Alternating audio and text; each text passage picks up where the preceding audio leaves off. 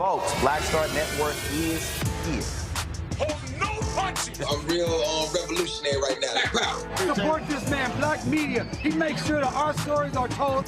Thank you for being the voice of Black America, Roland. Stay black. I love y'all. All momentum we have now, we have to keep this going. The video looks phenomenal. See, there's a difference between Black Star Network and Black-owned media and something like CNN. You can't be Black-owned media and be scared. It's time to be smart. Bring your eyeballs home. You dig?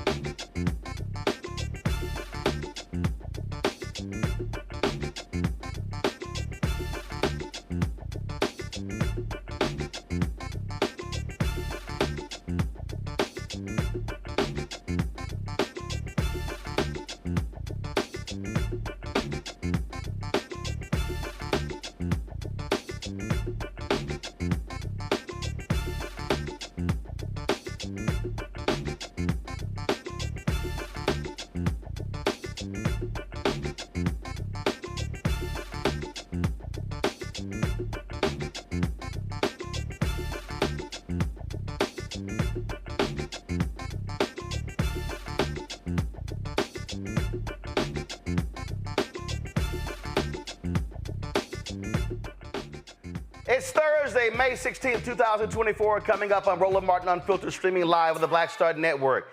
Texas Governor Greg Abbott pardons a white man who killed a Black Lives Matter protester in 2020 after he was convicted of the crime.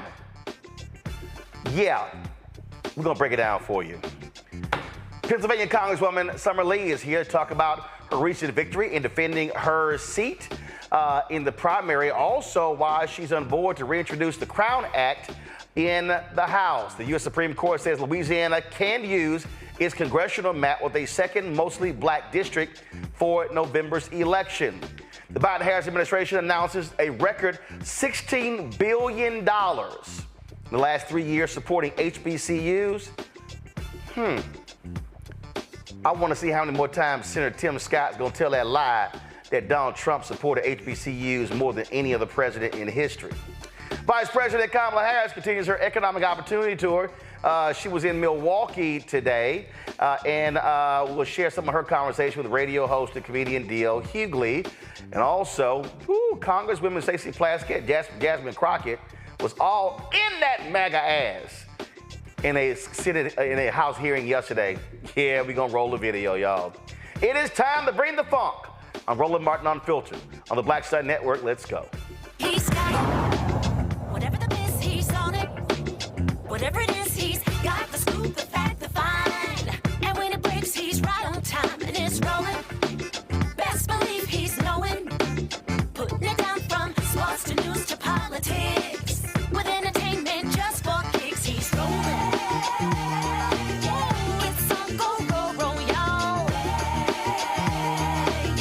It's Roland Martin, rolling with Roland now. He's funk, he's fresh, he's real, the best, you know he's Roland Martin now.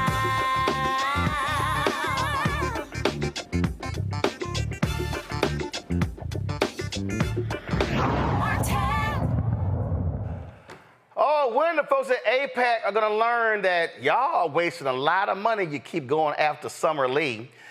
She, of course, was in another primary battle this year where they dumped a ton of money trying to take her out. Didn't work. She beat their opponent again. And we see how they're targeting other squad members across the country. They're going after Congressman Jamal Bowen, dumping lots of money into the district to the person running against Congresswoman Cori Bush.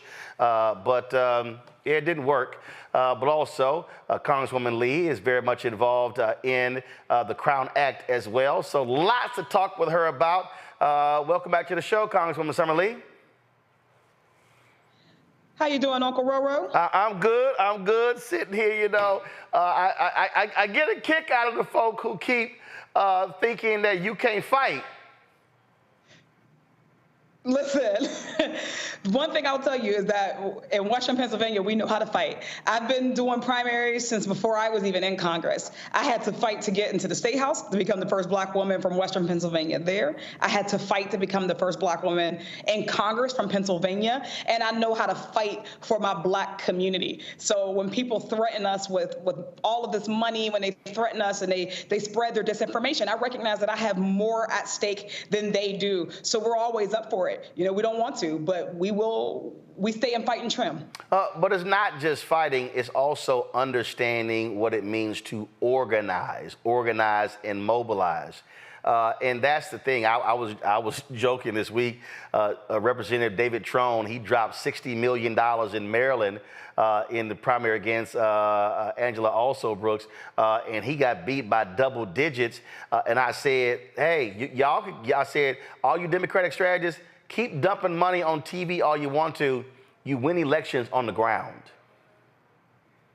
And you win elections by, connecting with people. People are tired of the same old type of politics and the same old type of politicians, right? They come in with the same tactics every single time with their money, where they think they can just buy over voters with their stale message that doesn't resonate with working class folks, with Black and brown folks. And then when we have candidates who actually reflect the will of the voters, who reflect, talk like, sound like, look like voters, that's the era we're in right now. People want to know that they're going to be reflected, that their views are going to be reflected in Congress. They're looking for authenticity, not just wealth. And I think that we see that in Pennsylvania with me often. We've seen that just the other day in Maryland. And I think we're going to keep on seeing that because people are getting smarter with our field strategies. We're getting smarter with our organizing. We're getting better. We're getting stronger every time. So a good message, people-centered message is going to beat this money every time. When you look at this November, I continue to say this repeatedly to the Biden-Harris campaign. I say it to the DSCC, the DCCC, Democratic Governors Association, on and on and on, that you better understand how to connect with people with issues. You can't just throw Trump's name around. You can't just throw MAGA around. You have to speak to the issues. And you also, in the words of the late, our dear friend Joe Madison, you got to put it where the goats can get it. You got to make it plain. Yeah, I completely agree. This isn't a race that we can take for granted. I think that a lot of people are kind of wish casting, right? This idea that if we just build it, they'll come. But the reality is that voters, whether or not, many voters have many reasons for why politics is draining, why politics feels toxic, why it feels like a never-ending cycle of losses for certain communities. And we have to be about the business of connecting with them. We have to be about the business of answering to their many concerns, of centering them in our political strategies. And I think that too often we're looking for every way to get voters besides centering the most marginalized. We have an opportunity to do that in November. Mine is a state that's going to be critical, right? We need to start right now, but we can't take a single vote for granted. We can't continue to rely on what I call the coalitions of the past. We got to rely on the coalitions of now and the future. That's Black voters, brown voters, young voters, progressives, and not just, the swing voters of old. We need to invest the same way in our people as they've been investing in others. What do you say to Biden campaign, Democrats as well? You got a lot of young folks who are very angry with what's happening Israel and Gaza. And let's be clear, Donald Trump wins, he'll tell Netanyahu, you can graze the entire place. He doesn't care. You have voters who say, okay, but if they don't change their policies, I'm not going to vote. You got Robert F. Kennedy out there. You got other third-party folks out there. And so what are you hearing and what are you saying in response to folks who are talking about, say, that issue is so important to me, I'm not going to consider anything else?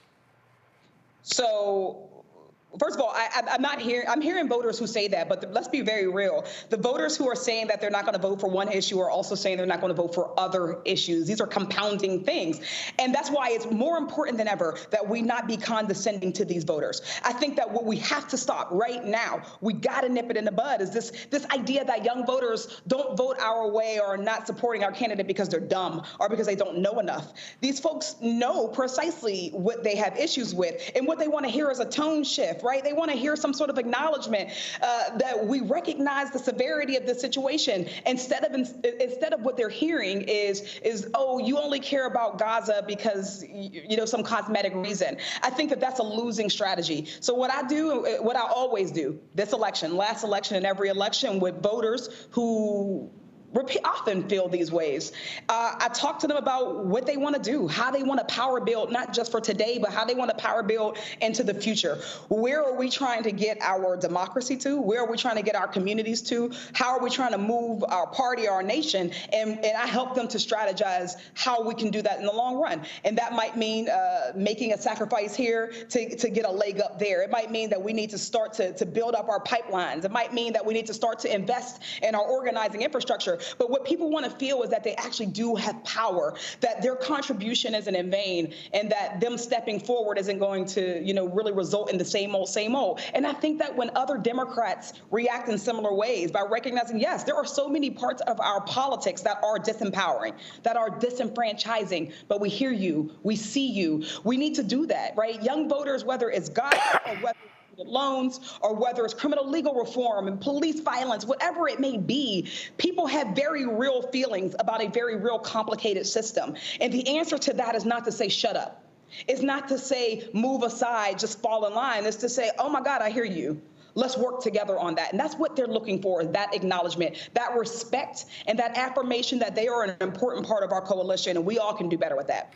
And one of the things that I try to do on this show is connect the dots. And so when I'm having conversations with people, whether young, middle-aged, older, whatever, try to get people to understand that you can't say, well, you know what, I'm so sick of what's happening in D.C., I'm going to tune that thing out. Because the problem is, I don't care what your local issue is, there is going to be a federal tie-in. And so you can sit here and you can say, well, I want criminal justice reform, and I want sentencing reform, and I support reparations, and I support this, that, and the other. And I go, judges. And then I have somebody tell me, man, you keep bringing up judges, but, okay, fine, Biden appointed all these black judges. That really don't mean anything. And I went, Do you know a lot of the judges he's appointed were actually defense attorneys or public defenders, were not necessarily all former prosecutors?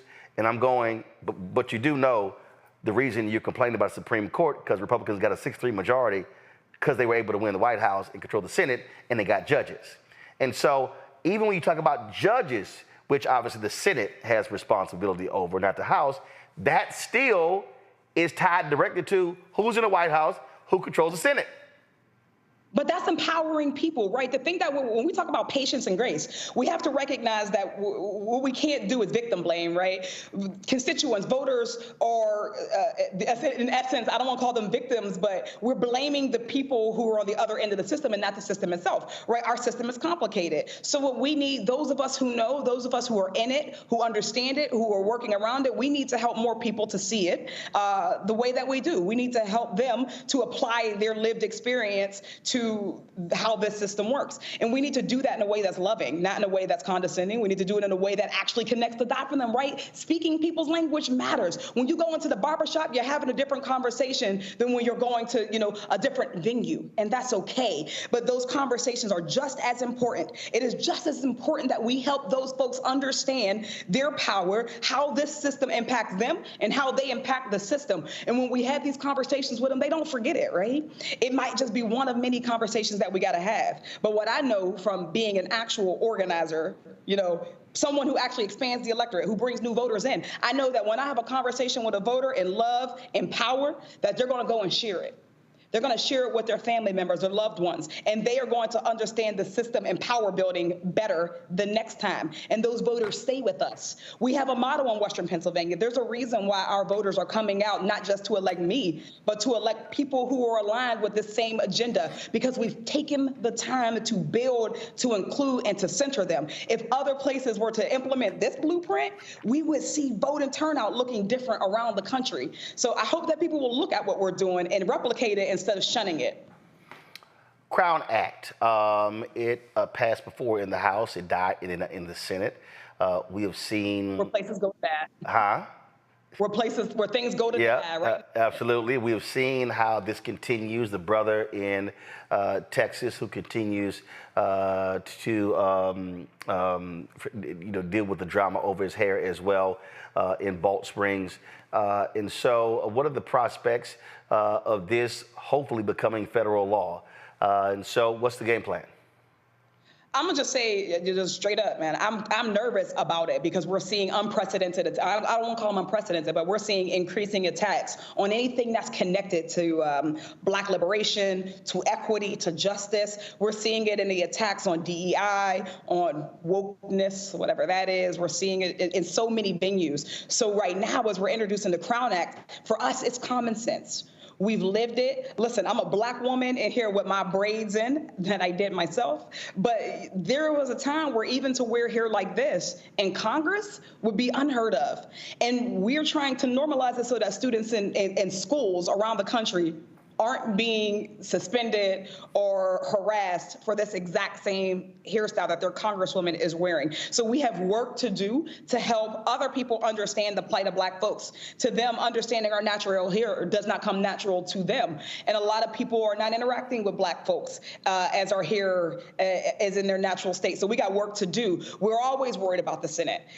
You just talked about it. I'm gonna do the exact same thing. How important the Senate is right now, that we not just keep it a majority, but that we expand that or we get rid of the filibuster, because too many issues that are important to us, we're passing out of the House and then it's going over to the Senate and it's dying there because they don't have enough votes because of, the filibuster, which is truly a relic of the Jim Crow past. So we got to put all these things in perspective if we're going to start to win on so many of these common sense pieces of legislation, but we're gaining steam. Other states are passing it, even states that you wouldn't expect. So I think it's only a matter of time before the federal government gets this one done, rightfully so. Questions from my panel. Reese Colbert, she's the host of the Reese Colbert Show on Sirius XM Radio, coming to us out of D.C. Reese, what you got for Congresswoman Summer Lee?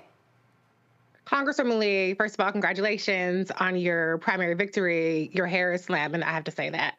But what I have to ask you is, we hear a lot of feedback about how people don't feel like enough is being done and solutions aren't being implemented. Can you talk about some of the things that you've tried to do under Speaker Mike Johnson's tenure in the House while he's running off to sit behind Trump that have been obstructed by Republicans. Can you talk a little bit about that? Because I don't think that people really understand the extent to which solutions are on the table, but they don't just magically happen because people have good ideas and they end up in Congress. Yeah, Reese, the reality is that everything is being obstructed right now. When Democrats are in office, listen, the first bill that we often see is usually a democracy reform bill. You know, the John Lewis Voting Rights Act. We see the PRO Act, right, which is a progressive labor act that would benefit all the working people across America. We see those things as the first proposals. Codifying Roe, those are things that we care about, that we have solutions for. For me as a progressive, Medicare for all. These are solutions that we are proposing. But with Mike Johnson, and not just Mike Johnson, before that with Kevin McCarthy, right? This Republican Congress has been nothing but a clown show and obstruction, right? They can't figure out how to govern for themselves. And I will say that on one hand, I feel good about that because you know what? It could have been so much worse. If they weren't in chaos, let's talk about the things that they could have done to our community, right? But they are. That's true. But not getting good things done, but that's why we need the gavels back, because we have so many good bills that we will pass, right? We will pass. We will get them over to the Senate. The Senate needs us to send them good things, but we can't because they can't pass bills ever. And listen, I'm gonna just say it. We're in COP week this week. Every week, we voted on an Israel bill, and we're still not voting on bills that impact Detroit. We're still not voting on bills that impact, Braddock, where I'm from, or DC, right here. So we really need a shift in priority, and we're gonna have to wrestle it out of these people's hands because they don't know what they're doing. Mm-hmm. Cameron Trimble, he is the CEO of Hip Politics Media, former White House senior advisor out of DC. Cameron, question for Congresswoman Lee. How you doing, Congresswoman? My question, Pennsylvania is such a linchpin state for the last several elections, and there's also been some complications over the last several elections related to voter registration, rolls, polls. We've seen lawsuits, recounts. What is being done at a federal level, or what are you doing as a representative in Pennsylvania to ensure that every vote counts, especially for communities of color, and every vote is counted in Pennsylvania this upcoming election? Yeah, thank you for that. We saw, just last time, right, when Joe Biden won the first election, we were able to, as a nation, celebrate when Pennsylvania's results came in, because it did take us a couple days to count our ballots, and we've gotten better since then. We have invested in Pennsylvania. When I was in the State House, we passed a new law, right, that extended early voting and mail-in voting to millions of Pennsylvanians, which we've actually never had. In Allegheny County, we've been leading in making sure that those votes are not just getting counted, but they're easy to get in. I'm happy and I'm proud that one of our partners, we worked really hard to get elected at the executive level, because we got to win elections at every level. She helped us to implement drop-in boxes, right? So that folks, particularly, and I helped to talk to her about making sure they're in Black communities, that we need to have drop-off boxes so that people can safely put in their mail-in ballot and know that it's going to be counted. Those are one of the things that we've been doing in Western Pennsylvania over this last just cycle that will help us in November. But at the national level, we got to continue to make sure that we're protecting people's right to vote, making sure we're making it easier for them to vote and not harder. We know that racist policymakers are always targeting Black and brown voters, always targeting our elderly voters with their racist voter ID laws. We see them targeting us through gerrymandering and so many other ways. So we're always trying to counteract that. That's why it's always our democracy reform is our first piece of legislation that we work on every session, because we can't just have what we have in Pennsylvania. We actually need to make sure that every state can vote as easily as we can. Lauren Victoria Burke, Black Press USA, out of Arlington, Virginia. You're next. Congresswoman Lee, congrats on the victory. Can you comment on why you think it is that more progressive members of Congress seem to be having trouble sometimes with their own party? You center Black folks and Black issues all the time, and then you get targeted by AIPAC, and there's no comment about that. Like, there's no comment about that within your own party. Did you feel like you got enough support during your primary from other members of the Congressional Black Caucus? I know Jeffries did endorse you, but just generally speaking, as a progressive member who speaks to a populist side of your constituency, did you think you got enough support, or did you feel like you were out there alone? I thank you for that question. That is the question that we're trying to get to the root of. And I'm going to say something that's a little bit controversial. I think that a lot of people target, especially progressive Black women, because they see us creating a home for liberated Black folks, right? As Black folks are stepping into their power, as they're understanding and learning more how we fit into these systems, they are more than likely to come over to our side, our progressive side, where we're shaking things up, where we're changing and affecting not just our policies, right? Because a lot of people say that they care about progressive policies. We're talking about progressive politics. We're making sure that we're accountable to who we're doing our politics with and who we're doing it for. And that makes folks uncomfortable. And yes, there are groups out there like AIPAC who seem to almost exclusively be focused on Black and brown progressive women, but also people who have corporate interest at heart. I think, and I will say very personally, that yes, that I will support it, but it's not good enough for me to be supported individually. We need the Democratic Party to embrace the ways in which we are expanding the electorate, the ways in which we, progressive Black and brown folks, especially progressive Black women, are not just expanding the electorate, but we are actually holding our country accountable to its ideals, right, of a reflective democracy of and for and by the people. So if the Democratic Party is going to be serious about a reflective democracy, if it's going to be serious about honoring its base, Black women, then it's going to have to do better about supporting Black women at every step of the way. When we're running for office, when we're announcing, when they're trying to decide who's a viable candidate, we need them to see Black women for the power that we bring, for the perspective that we bring. We need them to honor that perspective. When we're in office, we need them to fight like hell for us the way that we, progressive Black women, fight like hell for our constituents. And we have more work to do toward that. I'm proud that the CBC did support me. I want to see us pushing harder and further. I want to see us being as courageous. I want to see us embracing that conscience of the Congress. And we have to always be striving towards that. So we'll keep doing that. We'll keep inviting more people into our fold. We'll keep letting them know who we're fighting for and why we're fighting this way. But we also need folks like you on the outside to help us with that, to help them to know that we're mainstream. We're not extreme. We're not radical, and people want to label us that, and they will stop when they see how many people actually stand with us and share our values. All right, then. All right, Malcolm.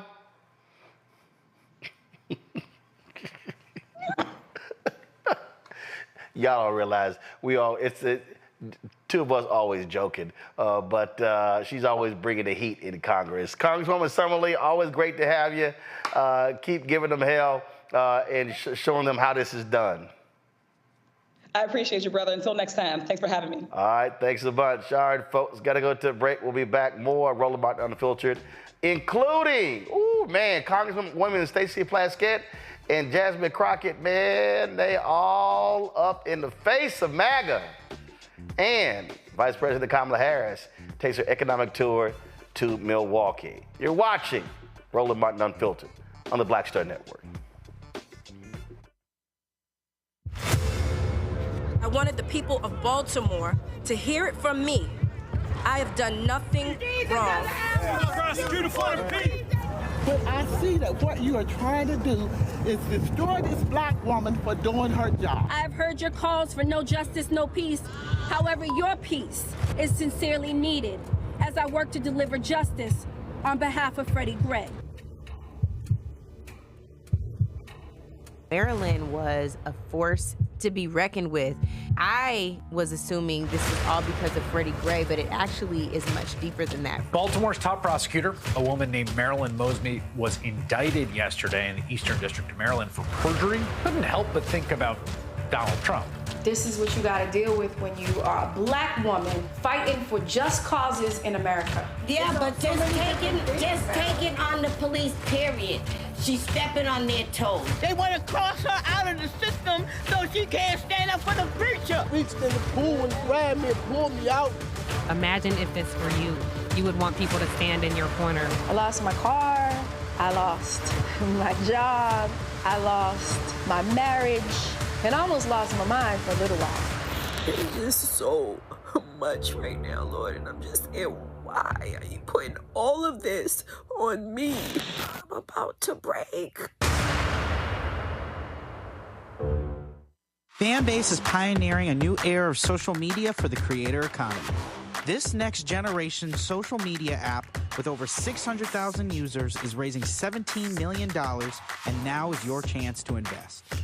For details on how to invest, visit startengine.com/fanbase or scan the QR code. Another way we're giving you the freedom to be you without limits. Hello, we're the Critter Fixers. I'm Dr. Bernard Hodges. And I'm Dr. Terrence Ferguson. And you're tuned in to Roland Martin Unfiltered.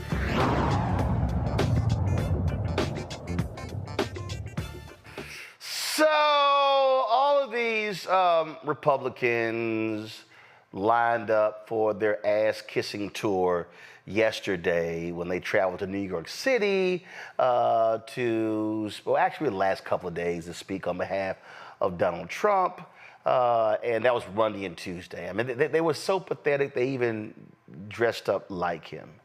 And it looked pretty stupid, Well, yesterday, there wasn't trial on Wednesday. So Jim Jordan decided to have one of his waste of time House hearings. And, you know, a couple of sisters just had to let their feelings be known. So first up, from the U.S. Virgin Islands, Congresswoman Stacey Plaskett. 2 weeks ago in the same room, we watched as the Republican majority attempted to use the congressional hearing process to intervene in an ongoing Supreme Court case. Republicans here did so by suggesting that they were concerned about how social media companies are bullied by the federal government. In truth, these arguments are operating in the interests of securing an open season where Russia and China can destabilize our democracy at will in the 2024 election. By my Republican counterparts causing people to bully social media companies, they want to allow any and all foreign adversaries to dump lies and misinformation on social media in support of a would-be fascist former president. And now you're back. Why are we back this time? We're here because former President Trump is on trial in New York. That's why we're here. On Monday and Tuesday of this week, his former attorney, Michael Cohen, delivered devastating testimony implicating former President Trump in a hush money payment scheme. His former attorney even had audio recordings of Trump talking about those payments. Whether we think the trial in New York is a good case or a bad case, the truth remains that the facts in the case don't help Donald Trump. We're here because Donald Trump knows that the evidence against him is plentiful and that the testimony of his literal, as my teenage daughter says, literal partner in crime in this case is harmful to his criminal defense and his political prospects. It's not that complicated. This is how Congresswoman closed out her opening statements. Simply because Donald Trump's sycophants have been taunting the members of this committee on the GOP side and judiciary Republicans for not doing anything tangible to defend Trump against our judicial system. Lackeys like Natalie Winters, a Trump loyalist and an executive producer for Steve Bannon's show, have been mocking Chairman Jordan's leadership of the committee openly. As you can see up there, when the House Judiciary tweeted, "Imagine actually believing Michael Cohen," she retweeted and said, "Imagine actually believing at Judiciary GOP will do anything about it." Just as one example, on Monday, she put that tweet up, and then Fox's Maria Bartiromo and Steve Bannon himself have gotten into the act. And here they are. Why aren't you being louder about this? Why aren't I hearing anything from this committee? I had to just ask you about it, okay? Just let me be clear. Viewers are sick and tired of hearings. They're sick and tired of letters. They're sick and tired of hearing complaints. They want action. President Trump is in a trial all day long, every day in New York City. Where is this committee of weaponization, and what are you doing about it? I just spoke with Kevin Hassett, the former chairman of the White House Economics Council, and he said, make no mistake, if we see President Trump go to jail because he violated this gag order, markets will react. Okay, Congressman, we're losing the country. So with all due respect, I'm not blaming you specifically, but it's not enough to set up a committee that's called the weaponization of federal government. That's not doing it for anybody. We want to hear more from you. We want to hear action. We want to know what the heck is going on in this New York trial where nobody can seem to come up with a crime. Well, I'll tell you what I'm specifically doing. Okay. No, I don't need to hear a backbencher. I'm sure you're a good guy, and I'm sure you're trying to do a lot, but it's not, as Maria Bartiromo says, and man, she lit him up. It's not enough to set up a committee just called the weaponization of the federal government. That's not doing it. We want action. And that's why we're here today. We're here at the beck and call of Trump fanatics and talking heads on cable and internet talk shows in the MAGA world who, like Bartiromo and Bannon, have goaded this committee to act. Because the purpose of this select committee is, in fact, to be an arm of the Trump campaign and take his orders. Now, they trotted out these MAGA people, and it's always a pleasure to watch my Congresswoman, Jasmine Crockett, light that ass up. This is so interesting. A couple of things. I'm just curious to know, as we're talking about lawyers and the obligations of lawyers, and whether or not maybe the former president has any idea of what good lawyer obligations look like. I'm just gonna ask, we're not gonna play, we're gonna do Miss Winebanks. Have you heard of any of these lawyers? I've got Robert Cheeley, Kenneth Chesborough, Jeffrey Clark, Matthew DePerno, John Eastman, Jenna Ellis, Michael Farino, Rudy Giuliani, Julia Halia. I got a long list. Have you heard of any of these people? I have. Are you aware as to whether or not any of them have faced criminal penalties? Yes, and also been disbarred or suspended. Oh, yeah. Okay. So they've had some issues, but these are the hand-picked lawyers for Trump. I'm assuming that y'all have never been Trump lawyers, Mr. Trusty or Mr. Costello. No, I was for a year. Oh, you were? And you still have your bar card? I'm sorry? You still have your bar card? Yeah, well, unless I get targeted for daring to represent a former president. You have absolutely done a lot better than most that deal with him. So good for you. I also want to make sure that we talk about what two-tier really looks like.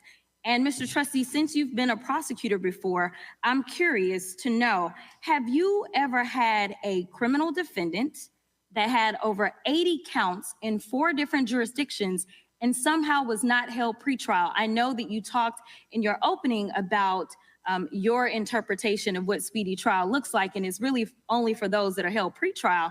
And last time I checked, most of the time those people held pretrial, they don't have anywhere near 80 counts pending against them. But I'm curious to know, in your experience, have you ever had someone that had over 80 counts pending in 4 different jurisdictions and they were not held pretrial? Yes or no? Well, no specific recall, Okay, all but right. I could answer That's all more if you'll let me. You told me no, and I understand because I hadn't either. So in addition to that, there's been a gag order, since we're going to talk about the pending trial that's going on right now. Have you ever had a defendant that violated a gag order and then you went to the judge and the judge didn't lock them up and they done it at least 10 times? I think it's 10. I'm losing count right now. Have you ever had somebody violate? In 35 years, I had never seen a defendant gagged. Okay, not my question. So you've never. Well, it's hard to get to the second part if they're never gagged. You've never had it. You're absolutely right.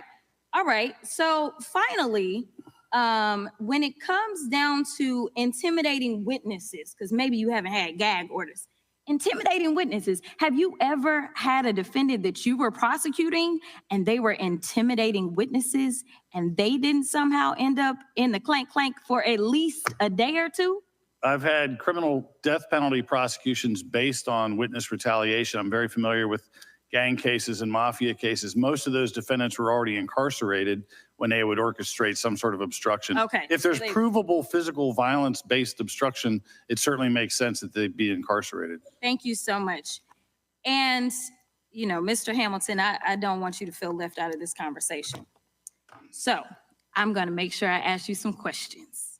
Let me know if you're having problems answering them, because they really should be yes or no. Let's see, you're the executive director for the America First Legal, correct? That's correct. All right. And America First Legal is a member of Project 2025, which is dedicated to creating the playbook for the next conservative administration and what it calls the Project Pillars, correct? We are proud contributors to Project 2025. Okay. And are you familiar with Project 2025's mandate for leadership? In fact, I am. Okay. And in fact, you wrote some of the sections of this mandate related to the DOJ, correct? Sure did. And the mandate outlines policy priorities for the next conservative president. Is that correct? It does. You've done a great job. I just want to let you know. All right, so let's walk through some of the provisions of the mandate. It calls for eliminating the Department of Education, eliminating the Department of Commerce, deploying the military for the use of domestic law enforcement against protesters under the Insurrection Act of 1807. It also has the repealing of Schedule F status for thousands of federal employees to allow a president to replace career civil servants with unqualified partisan loyalists. That's probably my favorite of it. It also prohibits the FBI from combating the spread of misinformation and disinformation, like Russia and China, who are actively trying to interfere with American elections. I don't know why or how anybody can support Project 2025. And I know that there was allegedly a joke about dictators and whether or not that's funny, but in the United States of America, dictatorships are never funny. And Project 2025 is giving the playbook for authoritarianism as well as the next dictator to come in. And I know that you are doing your jobs here by making sure that hopefully some juror turns on and finds some viral moment of you spewing more of the nonsense as it relates to the president. But as practicing lawyers or licensed attorneys, I hope that we can all agree that no one gets indicted because someone says so. There takes a grand jury, and the grand jury is comprised of American citizens that sit down and review evidence, and they make the determination. And when and if Trump is convicted, it will be a jury of his peers, and it won't be the president of the United States. I thought you were going to get to a question somewhere in that 90 seconds for Mr. Hamilton after you went after his 2025. I will point out the Inspector General just released a report that said the FBI retaliated against whistleblowers. One of the reasons we do need some changes, but there was no question there. But Mr. Hamilton, if you want to give it some kind of response, you're more than welcome to do that. Mr. Chairman, my only response would be to say that there are a great number of policy options that have been provided to any future conservative administration through Project 2025, and it's an attempt to restore the rule of law in this country. And I reject the Huffington Post-style characterizations of the recommendations. So, you know, it's always amazing, Lauren. Don't you love it, the contrast there? Restoring the rule of law?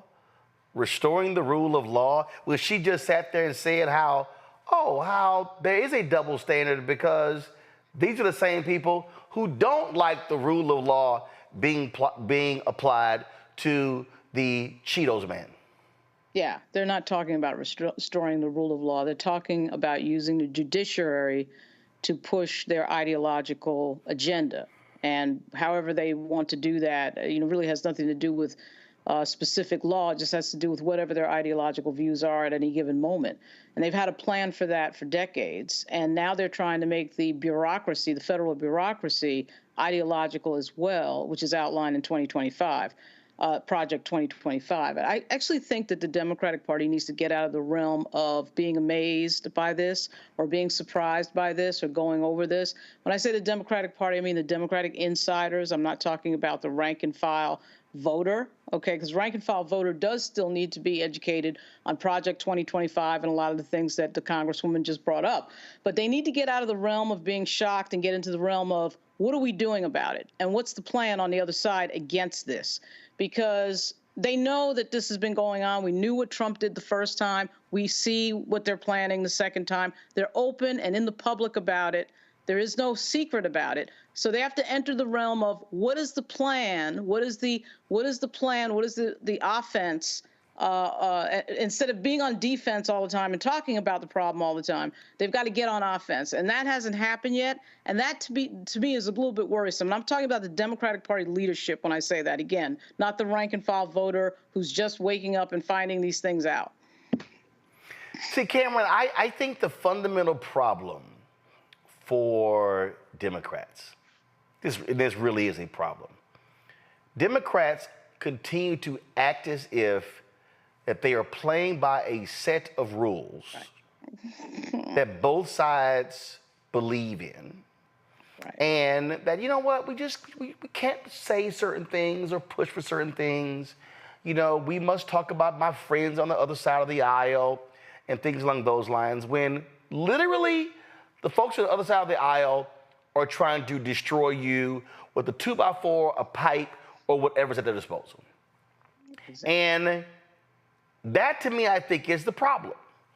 I think that Democrats, and listen, remember, when Hillary Clinton was running, she isolated Trump supporters from Republicans. And I was like, the hell you doing? They the same. Joe Biden, 2020, he actually articulated that he thought Republicans were going to return to the party of, when he would say your grandfather's party, that he thought they were going to return to the normalcy of the Republican Party once Trump left. It was like, say, bruh, they're not returning to anything. They are the party of Trump. They're the same. And so when Democrats wake up and realize you're going to have to go after them as the clear and present danger that they are and not be nice about it. Man, I so agree. I think there's only one rule here. People are trying to win. Those who are in office are creating the rules and and really lead our country forward. I feel like so often, as a Democrat and working for the Democratic Party for so many years, we will show up for a boxing match with gloves and hope they're going to be refs and points. The Republicans show up with like it's a street fight with a brick behind their back, you know what I mean, ready to go to war. But I do think there's still a place for civility in our government and in our campaigning, but we have to use the full extent of the toolbox and the tools in the toolbox in order to win these elections moving forward. And then I think to Congresswoman Plaskett's, to her, or the earlier video and clip that you showed about how the Republicans are rushing to show kind of allegiance to Trump and rushing up to his trial. But then, and that sits in direct hypocrisy to what that very committee, that weaponization committee, is all about. It actually shows moving forward who's going to be there if this election has to get certified. People are lining up now and really showing their allegiance to Trump. So we have to not only prepare how far we're going to go to make sure everybody understands the imminent threat and danger that not just Donald Trump, but all those members who ran up there to go support him, all those members in the Senate who are going to be there to hopefully pack the judges and pack the courts, who may even go as far as not even try to certify the election next time. Like, we literally do not know what they're capable of, but they're showing us in plain sight that they will lie, that they will be hypocrites, that they will skirt whatever rules they need to ensure they win. So we have to understand this is a new day and age with social media, with reality TV. People are just a little disenfranchised in there, and we've got to do that, go that extra mile to make sure we, as you said earlier, hit the ground and win every single vote. But Reese, we do know what they're capable of. They've made it clear. And as Lauren said, they're telling you, this is what we're going to do. Believe them. And that, to me, I think is the problem. Democrats are like, no, they're not going to do that. Like when all the white women were outside the Supreme Court after the Dobbs decision, and I was like, so where were y'all when a few weeks before all the black people kept getting arrested fighting for voting rights? None of them white women were out there. And it's like they were just, oh my God, shocked after Trump wins. You know, the millions that marched all around the world, you know, wearing their pink hats and all kind of other stuff. And I'm like, they told y'all what they were gonna do. So I'm like, believe it. If somebody says, I'm gonna knock you the hell out, I'm not gonna stand in front of them when they trying to throw a punch. Right. Well, you know what? The bottom line is people are really fucking delusional about how strong our institutions are. We're seeing our institutions being deconstructed and being disregarded by Trump, by Mike Johnson. Imagine the Speaker of the House wearing a goofy-ass red tie behind the 91 times indicted former president, indicted for things like having classified documents, starting an insurrection, who's already been found liable of civil sexual assault. The Speaker of the House is so vaulted in our political system, and he's debased himself because that is what the Republican Party is. That is what our American institution is now. It is MAGA completely. So what we're doing now is we're trying to piece together and hold together the semblance of what's left, which wasn't that great to begin with. And I feel like people are waiting for this large shoe to drop as though we're not watching it every single day. We talk about it here on the show all the time. The way that our citizenship has been stripped away. Women do not have bodily autonomy in this country. We see increasingly as people are looking to do something about immigration, where police are being empowered to stop people under the pretext of confirming their citizenship and arresting them and having no recourse if they're wrong, which of course they will be. And so whatever it is that people need to see, I mean, to me, I know that people are woken up about how high everything is, because I mean, we all see it and we all feel it.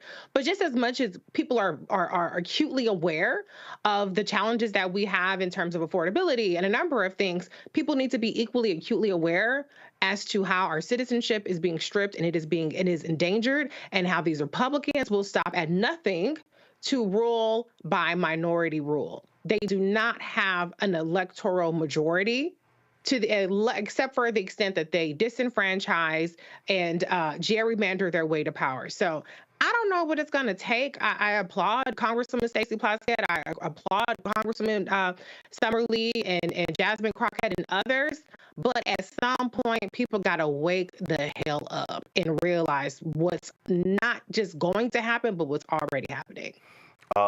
Listen, that's going to be the case, and I keep telling people, they're telling you what they're going to do, and so believe them and don't play games with it. Just saying. All right, going to go to a quick break. We come back. Vice President Kamala Harris in Milwaukee today talking economics. We'll show you some of that when we come back. Don't forget, supporters of what we do. Join the Bring the Funk fan club. Your dollars make it possible for us to do what we do, traveling around the country, covering the stories that matter. You can see your check and money order to P.O. Box 57196, Washington, D.C. 2003 7-0196. Cash App, $ RM Unfiltered, PayPal, R Martin Unfiltered, Venmo is RM Unfiltered, Zelle, Roland at RolandSMartin.com, Roland at RolandMartinUnfiltered.com.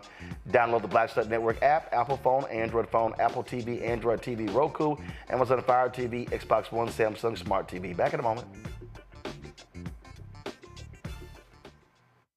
Nobody knew that healthcare could be so complicated. Trump was a failure on healthcare. Hundreds of thousands of Black Americans lost healthcare insurance. That is outrageous. And if he's president again, he would cancel insurance for millions more of us. We cannot go back.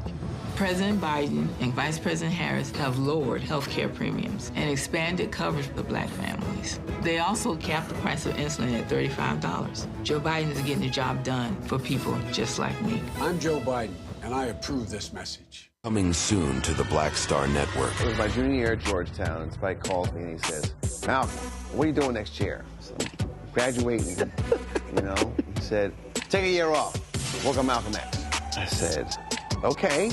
But first of all, for the folks who don't know, Spike is my cousin. Spike is my cousin. Just for the person watching, like, how the hell is Spike just gonna tell you that it's true? It's true.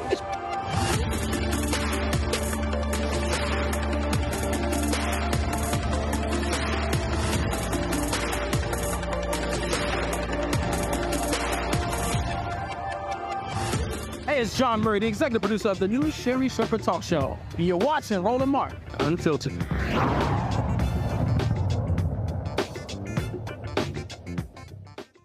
Vice President Kamala Harris is on Air Force Two, heading back to D.C. right now from Chicago. Before she went to Chicago, she was in Milwaukee for the third leg of her Economic Opportunity Tour, where she participated in a moderated conversation with comedian, radio show host, and author D.L. Hughley. Here's some of that conversation. I bought a house in West Hills. I had only lived around Black people my whole life. Yeah. I bought a house in West Hills, California, which is the basis of the television show I did called The Hughleys. I go to sell that house because my wife said we had to move. We'd owned that house for a couple of years. We'd done all these improvements. My real estate broker said, well, you gotta take your pictures down and take down, you know, the jet mag, take down anything that lets them know who lives here. And of course, I was like, nah, I'm not gonna do that. They came and the appraisal came in solo. The bank contacted us, and it would have had to been a home in disrepair. The home that's on TV, like I'm on TV with this home. Right. They sent another appraiser out, and they gave me $200,000 more. And it was interesting to me. I'm like, the fact that I actually wrote this in my book, and we talk about it on my show all the time. This happens to Black people consistently. Yes. Well, we have to now. I just keep actual pictures of white people in my house, just in case. You ain't gonna get me twice. I keep them in my wallet too, just in case the police. I'm just telling you, this is just me. But these kinds of things, these microaggressions, are things that I've been around a lot of administrations. I don't know that anybody has done it as succinctly as you all have. And because we need to just call it what it is, right? And then deal with it. And so how we're dealing with it is, one, to tell the truth about it, because there are countless stories of a Black family doing just that, actually, of then talking with a friend who is white and asking them to put in their family pictures and to bring the appraiser in, and a substantial difference around how the home is appraised. So we just need to deal with it, knowing that, for example, one of the problems here is that a very small minority of home appraisers are people of color.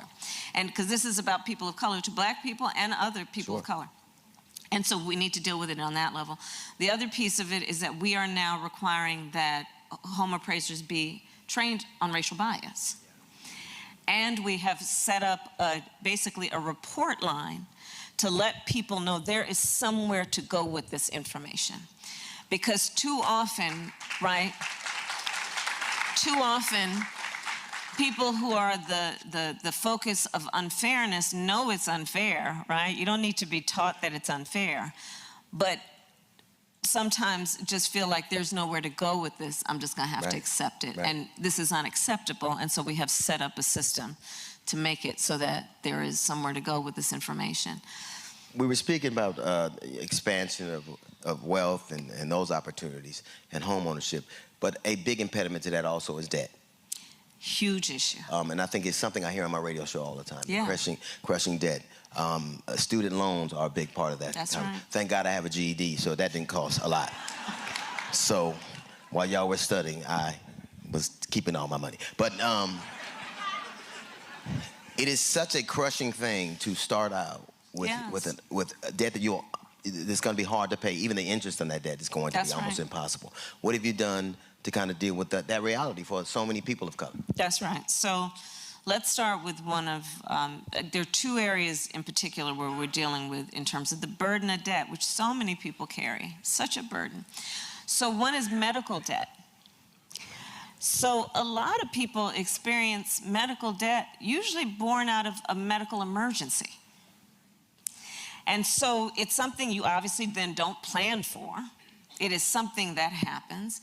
And then people have these hospital bills, these doctor's bills, that can be in the tens, hundreds of thousands of dollars for an unexpected emergency.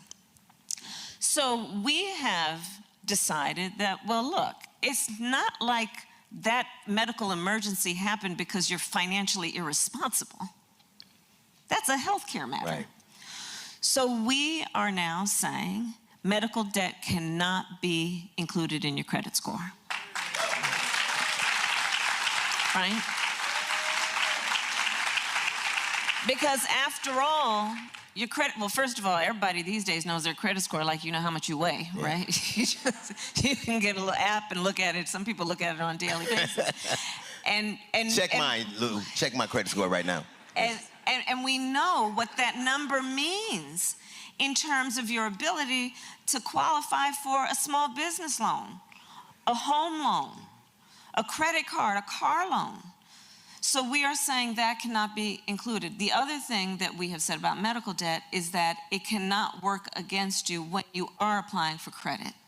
And again, it's just what's morally right from our perspective, which is people shouldn't be debilitated around having access to economic opportunity because they experienced a medical emergency or something of that nature. Which is why I'm here. Because I remember growing up, you know, my mother would go to the hospital a lot. Yeah. And the debt was so bad, she put everything in our name. Like I had an electric bill when I was 3. Right. But I'm not even trying to, like, these are the things that they had to do to kind of navigate this space. I know. And to hear someone actually address the concerns that you know are real and that through no fault of your own exist.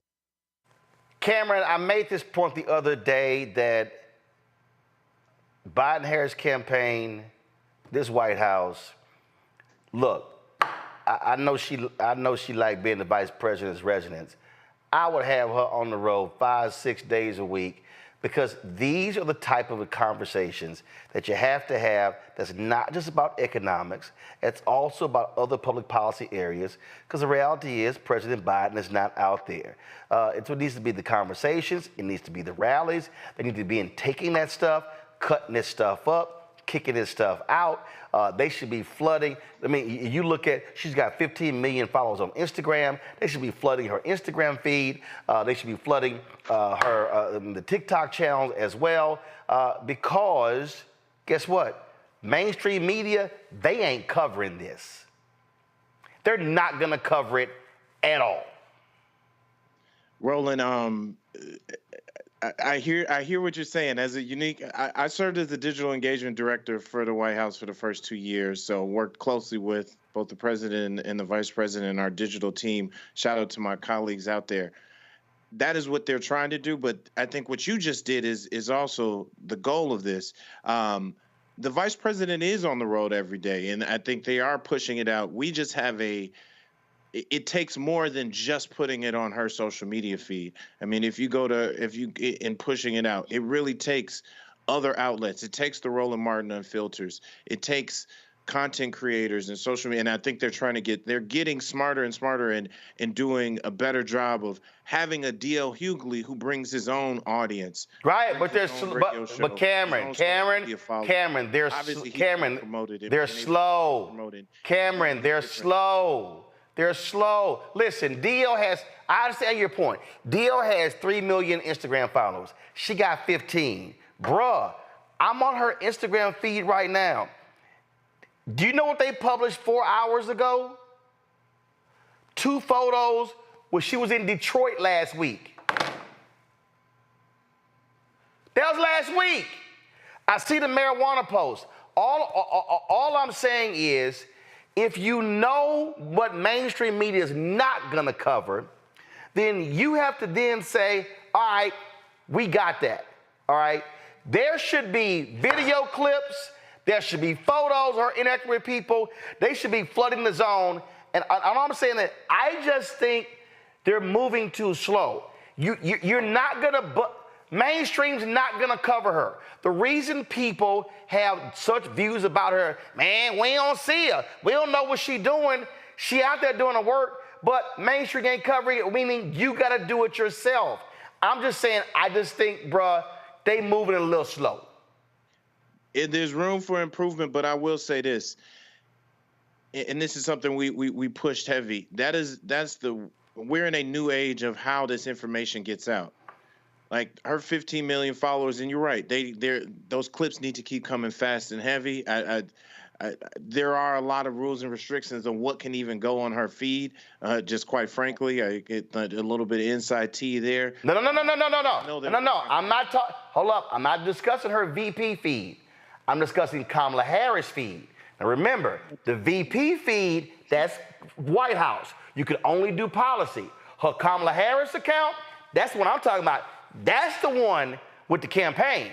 And in fact, if I really look right here, hell, her VP feed got 14.4 million. It's more on her Kamala Harris. All I'm saying is, look, you got some young, man, go hire the dude or the woman who does 50 Cent's videos where they travel around with them. Hell, they just be dropping fully edited. I'm just saying, you can't rely on traditional media to cover the stuff that she's doing. You're right. And I think this campaign, like you said, separating this out from the White House from the campaign, I think as we see the Biden campaign and the vice president hitting the road in her official capacity, but these are also serving as opportunities for the campaign. These are serving as opportunities for those supporters and content folks to really get out there. And this is a thing that, as we've seen in previous campaigns, even I worked on the 2020 around advertising and so forth, it ramps up. We just know we got to ramp up sooner, faster, harder, and even more creative. So I'm very confident that they're going to get up to speed and continue to increase that pace, because I agree with you. The speed of the internet is lightning times two. So we've got to really match that and exceed that to how quick people move off of stuff.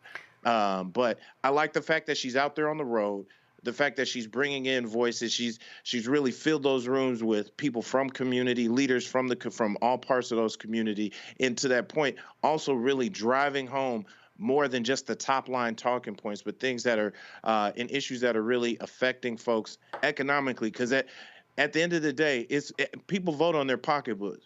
People vote on their economic and how comfortable they feel in this economy. And so I think the fact that she's out here really bringing up those additional points and going to communities of color and making sure she has diverse voices around her so people see themselves in the people who are asking the questions of the vice president. Reese, here we go to my iPad. This is you 6 hours ago. The White House put out the Biden-Harris record. You know I see everything. And we've been talking about this since 2020. You said, hey, White House, we need this in a PDF format and one big infographic. And you've been saying this for the Congress, like, listen, y'all got to break this stuff up. And what I'm talking about here, I was with her in Detroit. Hell, I was posting faster than her people. And I'm sitting here going like, yo, if she's going to be out doing this, you're going to have somebody there. They post in real time, photos, videos, this, boom, boom, in order to get someone's attention. I mean, DL talking about the home appraisal piece right there. I remember when that crazy conservative Patrick Bet-David tried to tell me that wasn't real. Guess what? If I'm them, that clip would have been out 15 minutes after he said it. Yeah, I mean, I was at the White House literally 2 years ago covering these exact issues. I wrote up for EUR Web about their initiative around medical debt. I wrote it up for EUR Web about the PAVE task force, which is around home ownership appraisal bias. 2 years ago, just shy of 2 years ago, their first student debt plan came out. I don't think that they just have a speed issue. They also have a discipline and relentlessness issue. We see that Republicans are relentless around messaging doing, whatever their priorities are, whatever their ideology is.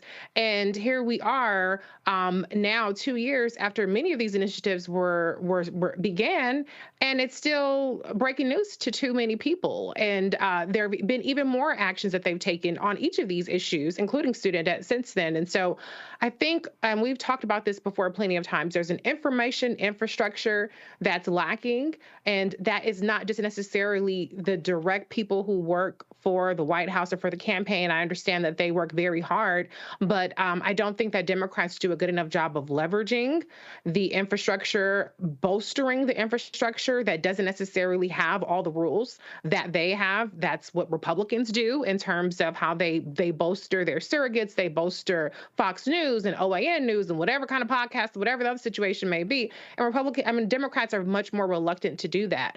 But I do think that, Vice President Kamala Harris's tours are underrated. We saw that made a difference in the midterms, where people thought that it was ridiculous. She was out there talking about abortion rights and reproductive rights, and it turns out she was right. And that was an underrated issue that the mainstream media wasn't picking out on. And so I think cumulatively, these kinds of tours will have an impact and move the needle, but they could have even more of an impact if they really did branch out and try to build the information infrastructure beyond the people who follow their pages, beyond forcing people to come to them. And then when people do come to them and look for the information, like when I went to whitehouse.gov, make the information easier. I've seen statistics and people who read my articles, people spend 60 seconds. And people don't like to keep clicking and clicking and clicking and clicking it. So you have to put it right in front of their face. You have to make it easy for people to not just read in that moment, but also take with them and share with other people. I'm deeply engaged. I've written about these issues, and I still have to do so much labor every time I want to run down the list, unless I keep my own damn list, which shouldn't be my job, to try to explain to people what has been done. There's no excuse for that. They really need to fix that, because they are outgunned on the disinformation and misinformation side, and people can recite how much money Ukraine has gotten, how much money Israel has gotten, but they don't know a damn thing about medical debt and homeownership appraisal bias, HBCU safety grants, Black maternal mortality, how many states have expanded postpartum Medicaid, child poverty being cut in half for 1 year, the work that's being done around infrastructure, diabetes medication being $35. They can't recite those things, but they can tell you that there's another $10 billion for Ukraine. Oh, another $10 billion for whoever. That's the problem that the Democrats face. And at some point, they're going to have to figure that out. Lauren, perfect example. Last week, when Vice President Kamala Harris was coming out of the soul food restaurant, the brother who's a producer with ABC News, he shouted out a question about Gaza, and she said something about shrimp and grits. I'm talking about in 10 minutes, the Republicans had that clip up, and Kamala Harris blowing off questions, and that thing was zooming all around social media. And I'm sitting there because the producer was going through his feed, and he was sitting here saying, oh, this thing is everywhere. It wasn't even 10 minutes. I'm sitting there watching it in real time. And I'm sitting here saying to the Biden Harris team, yo, that's called opposition research, and that's called rapid response. Well, rapid response can also happen on the offensive. Your rapid response should not always happen on the defensive. And so I'm going to be very curious to see what comes out of this trip, what the coverage looks like, what are the clips, what are the things that are pushed out. That's what I'm going to be looking for. Your thoughts? Yeah, so you're talking about Arthur Jones at ABC. He's a good guy.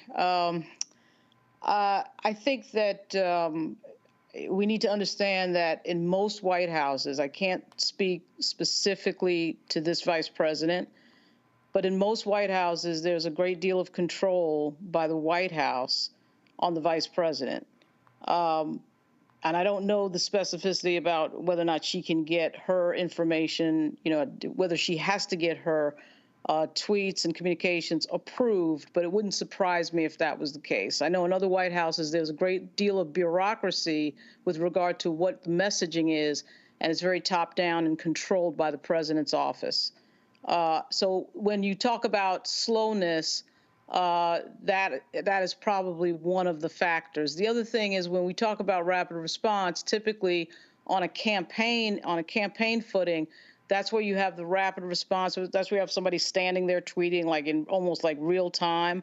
That is difficult to do, I think, for most White Houses, simply because there is an incredible level of bureaucracy, an incredible level of fear of making a mistake and wanting all these sign-offs and check-offs. And so it takes a long time for the message to get out. That's unfortunate because we live in a technological age where speed, of course, is a big factor. But what I've seen in a lot of cases is the young people who are very good at messaging are not in control of those decisions. You know that Anita Dunn, of course, is effectively in control of comms at the White House. And of course, she's an older person. And what you typically find is the young people who know how to do it quickly and effectively and know how to meme and know how to do things in a very smart, quick way, they're the ones that are not in charge. So that's something to keep in mind. The other thing I would say, too, is that, though, Roland, I think your points are well taken with regard to the vice president's tour and everything else, we do have to remember that the top of ticket is usually what people are paying attention to. They're typically not paying attention to Walter Mondale or Mike Pence or whoever the vice president is at any given moment. She should not really, quite frankly, have to do all this stuff. The top of the ticket, for whatever reason, is not particularly energetic.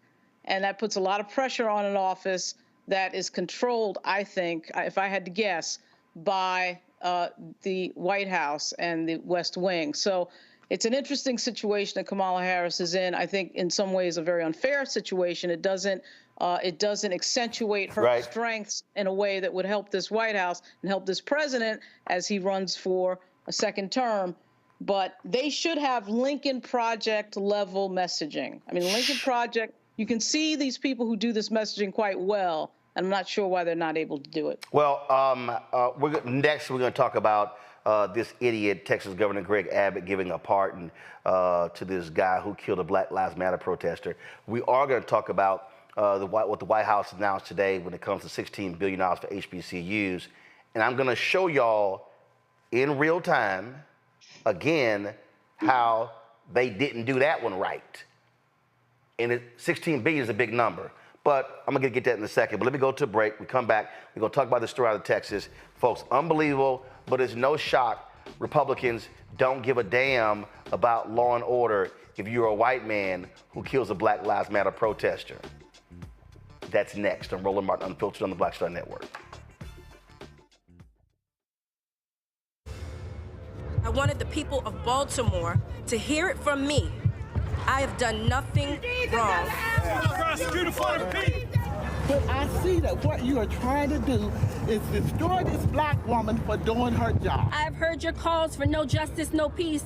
However, your peace is sincerely needed as I work to deliver justice on behalf of Freddie Gregg. Maryland was a force to be reckoned with. I was assuming this was all because of Freddie Gray, but it actually is much deeper than that. Baltimore's top prosecutor, a woman named Marilyn Mosby, was indicted yesterday in the Eastern District of Maryland for perjury. Couldn't help but think about Donald Trump. This is what you got to deal with when you are a black woman fighting for just causes in America. Yeah, but just take it on the police, period. She's stepping on their toes. They want to cross her out of the system so she can't stand up for the preacher. Reached in the pool and grabbed me and pulled me out. Imagine if this were you. You would want people to stand in your corner. I lost my car. I lost my job. I lost my marriage.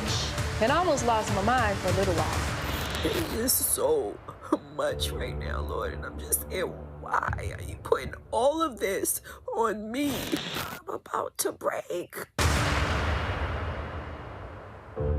Hey, what's up, y'all? I'm Devon Frank. I'm Dr. Robin B., pharmacist and fitness coach, and you're watching Roland Martin Unfiltered. Folks, today, Texas Governor Greg Abbott pardoned a white racist, a white nationalist, a white supremacist. His name is Daniel Perry. He's a former U.S. Army sergeant. He was convicted of murdering a 2020 Black Lives Matter protester. And that protester actually happened to be white. Abbott's decision comes after the Texas Board of Pardons and Paroles voted unanimously on Thursday to recommend a full pardon and the restoration of Perry's firearm rights. Okay, I'm sorry. Did I just tell y'all that the man was convicted of murdering somebody in 2020?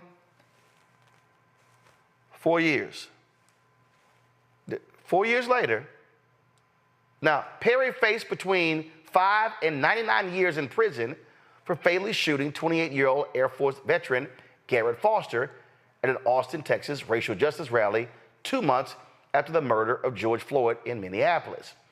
A judge sentenced Perry to 25 years in prison last year. 25 years. Last year. But here's Greg Abbott now deciding, oh no, go ahead and release him and give him his gun back. Now, this here is a tweet that was posted by Joaquin Castro, who is also a member of Congress. Y'all love this. You're going to love this here. Before Daniel Perry murdered a veteran, he told a friend, I might go to Dallas to shoot looters. A year before, too bad we can't get paid for hunting Muslims. Jelana Jones, state representative in Texas, out of Houston, joins us right now. Representative Jones, this is Greg Abbott. Now remember, Tucker Carlson demanded on Fox News that Greg Abbott pardon this racist Daniel Perry. And that's exactly what Abbott did. And the Board of Pardons, the reason it was unanimous, because Perry made it clear he wanted it done. Well, Roland, I will say this. The reason that they did that is because he appoints the people to the Board of Pardons and Paroles, which is why who the governor is matters. And they follow his orders on anything all the time. And that's what's expected of them. But what we're not talking about is the man who Daniel Perry murdered. He murdered Perry. He murdered Garrett Foster, who was a military veteran, who had a license to carry. And the truth is that Daniel drove his car into protesters 2 months after the George Floyd murder and the rallies, and what could have hurt other people. And this other guy had a weapon, which he had a license to carry. He's a military veteran as well. And so, and again, as you mentioned, he tweeted all the time about how he hated black people, about how he hated Muslims. And then he argued self-defense. Now, in my day job, I'm a criminal defense lawyer. Well, you can't create a situation where you drive into a crowd of people who are lawfully protesting and then say you felt threatened, because he could have killed people. So I put out a statement today because I was so angry. And you should know, I'm literally sitting in the Austin International Airport somewhere where I could find some quiet in the Barbara Jordan Airport. I literally just passed Governor Perry's mansion. And it's going to be like open season on black people. And it's going to be open season on people who support black people, because the governor just said, it's lawful and I will pardon you. And I am terrified. In fact, Jelanda, this right here is the proclamation that he issued. He actually said, the Texas Board of Pardon and Paroles has conducted an exhaustive review of Daniel Scott Perry's personal history and the facts surrounding his shooting of Garrett Foster. And whereas both the Second Amendment to the United States Constitution and Article 1, Section 23 of the Texas Constitution protects the right to keep and bear arms for, among other things, self-defense, and whereas Texas law, consistent with those constitutional guarantees, provides one of the clearest self-defense protections in the United States, blah, blah, blah, blah, blah. He goes, Daniel Scott Perry, while driving on a public road in Austin, slowed his vehicle as he rounded a corner onto Congress Avenue and encountered a group of protesters obstructing traffic, and Daniel Scott Perry's car was immediately surrounded by aggressive protesters who rushed to obstruct, strike, pound, smash, and kick his vehicle. And Garrett Foster then approached within 18 inches of Daniel Scott Perry's car, confronted him, and brandished a Kalashnikov-style rifle in the low-ready firing position. Daniel Scott Perry fired his handgun at Garrett Foster to eliminate a perceived threat. Now, he goes on and on and on, talking about, here's the whole deal. This is what got me. They completed an exhaustive review of his personal history. His writings are clear. He's an absolute racist. He actually texts somebody that, I'm gonna pull up in a second, that what he wanted to do was shoot protesters. He wanted to shoot, let me see if I want to find it, give me a second, where he actually said he desired to, he had texted a friend, I will only shoot the protesters in front and push the pedal to the metal. This man is a murderer, and Texas Governor Greg Abbott today allowed a racist murderer to be free and gave him the right to get his guns back. It's worse than a racist. He's anti-black. He's anti-black. And the jury vetted his self-defense claim. The jury listened to all the witnesses. The jury listens to all the testimony, and they threw that out. As I said before, in my day job, I'm a criminal defense lawyer. You do not get to claim self-defense when you create a situation that you perceive danger. If you drive into protesters, he drove into protesters. The car wasn't surrounded by him. He created them being around him. So I'm terrified as a Black woman, as a mother of a Black son, who's actually a man now. It terrifies me because if someone doesn't like the way my son looks, they could have texted friends, they could have posted things. And if he convinces people who are like-minded like him, i.e.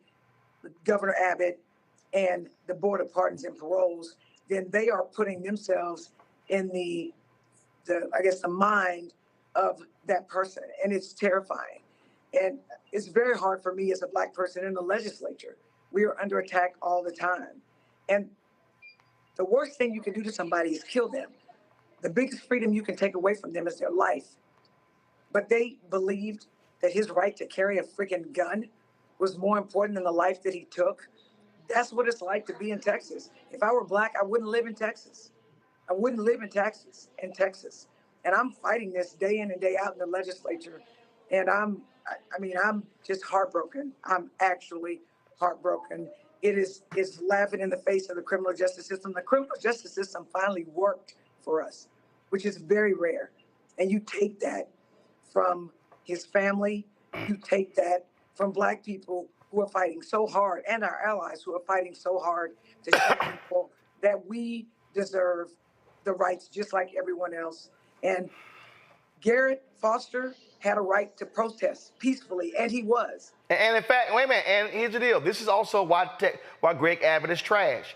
This is what Perry said to the investigator, quote, I believe he was going to aim at me. I didn't want to give him a chance to aim at me. So Abbott is lying in his pardon. Foster never aimed at him. He did not. He killed him saying, I thought he was going to aim at me, so therefore I killed him first. Right. But again, a jury listened to the testimony, they listened to the evidence, and they denied the self-defense, and they convicted him of murder. Now, the jury didn't convict him of aggravated assault with a deadly weapon, which I think they should have. But this is just wrong. And in Texas, it's a wild, wild west. It is open season on us, and I'm terrified for Black people generally and Black men specifically. Well, and this is what you see when Republicans like Ron DeSantis pass bills saying, yeah, it's okay, y'all can run with protesters. That's the whole deal. They despise Black Lives Matter protesters. And so Greg Abbott, again, is standing with a racist man who hates Black people, who hates Muslims. And for the Republican Party, that's called a trifecta. And that's how he got a pardon. Representative Jones, we appreciate it. Thanks a lot. Thank you. I appreciate you. Bottom line is, Reese, we got to understand what's going on here. This is not just in Texas. You got the Missouri governor who's talking about pardoning a cop who was convicted. Yep. You got that case as well. You've got other examples. These Republican governors, they got no problem with these racists doing what they do, these thug cops doing what they do, and they are going to use their power. And so the so-called law and order people only like law and order when it applies to black people and brown people. Well, and let me be clear, this message is to white folks. You will be the collateral damage of these white nationalists being deputized by the system. Garrett Foster was not a black man. He was a white man, a white military veteran, which is supposed to be the creme de la creme and the untouchable, the highest echelon of protection that's typically afforded in this country is to a white male veteran. They're supposed to be off limits, except for when you are protesting for the humanity of black people, for Black Lives Matter. We've seen time and time again, Kyle Rittenhouse was acquitted of killing white people. The person who killed Heather Heyer, who was protesting in anti-protesting in Charlottesville, a white woman. We've seen time and time again where white people standing on the side of humanity, particularly as it relates to black people, are just as susceptible to the violence of white supremacists, and their killers are walk scot-free just as much as they do when they kill black people. And so anybody who is concerned about the deputization of white nationalists, and that's exactly what this is. Of course they did an exhaustive review. The fact that he did have those racist writings was the feather in his cap. It made it that much better because not only did they let somebody off to send the message that it's okay to do this, but they put a deputy, an armed deputy back on the street, and they've empowered him and everybody else like him. If he had just been some old senile guy whose foot got stuck on the gas, he probably would still be in damn jail. But he isn't. Yep. He's a white nationalist. He's a foot soldier. And that's what's useful to them. And they are doing this across the country, and they'll continue to do it. Yep. And it's not just black people who have to be worried. It's not just Latino people or people of color. It's white people, too. Lauren, Leah Greenberg of the Indivisible team, she tweeted this. This is an open invitation to the worst people in the country, white supremacists, MAGA fanatics, and more, to commit violence knowing that MAGA governors like Greg Abbott will have their backs. Vile, profoundly unjust, and deeply frightening. Yeah, well, to continue what Reese just said, they're sending a very specific message to anyone who supports Black Lives Matter that if somebody were to get into a situation where they get killed at a Black Lives Matter protest, white or black, but in these cases white, the Kyle Rittenhouse, of course, was the other one, they're sending a very specific message that we will protect anyone who kills someone at one of these protests who's a BLM activist. I mean, they're sending that specific message. And of course, this has a long history. When I think about Sharona Goodman and Cheney, when I think about James Swerve, when I think about Viola Liuzzo, there's a history of that particular thing. Frankly, it's kind of shades of like a 1857 Dred Scott type of thing, right? That effectively the message is certain people are not protected under the law because my politics and my feelings are X, Y, and Z. And so, but to me, that is a particularly dangerous message. It is a throwback to the 1800s and past that. And it's familiar. I mean, they just sort of, it's funny, the modern Republican Party just wants to go back in time, you know, by decades. But really what it kind of reminded me of was a little bit of a Dred Scott type of thing, even though, as is pointed out, the victim, Garrett Foster, is white. But this idea that you're not protected under the law because we don't like your politics or we don't like you or we have declared you to be a non-citizen, a non-person is what's going on here. Oh, absolutely. And so what you have here, Cameron, you have, I mean, this is a man who he didn't spend 20 years in jail. He didn't spend 10. He went to jail last year. But again, he is a hero on the right. You got Kyle Rittenhouse out here tweeting. Don't think for a second that these racist white conservatives, these MAGA lovers, these folks, he is going to be their newest star. Oh, they're going to make him a millionaire. Oh, he's going to be on the speaking circuit. Right. Watch, he's going to be at Turning Point USA conference. I wouldn't be shocked if they have him introducing somebody at the Republican National Convention.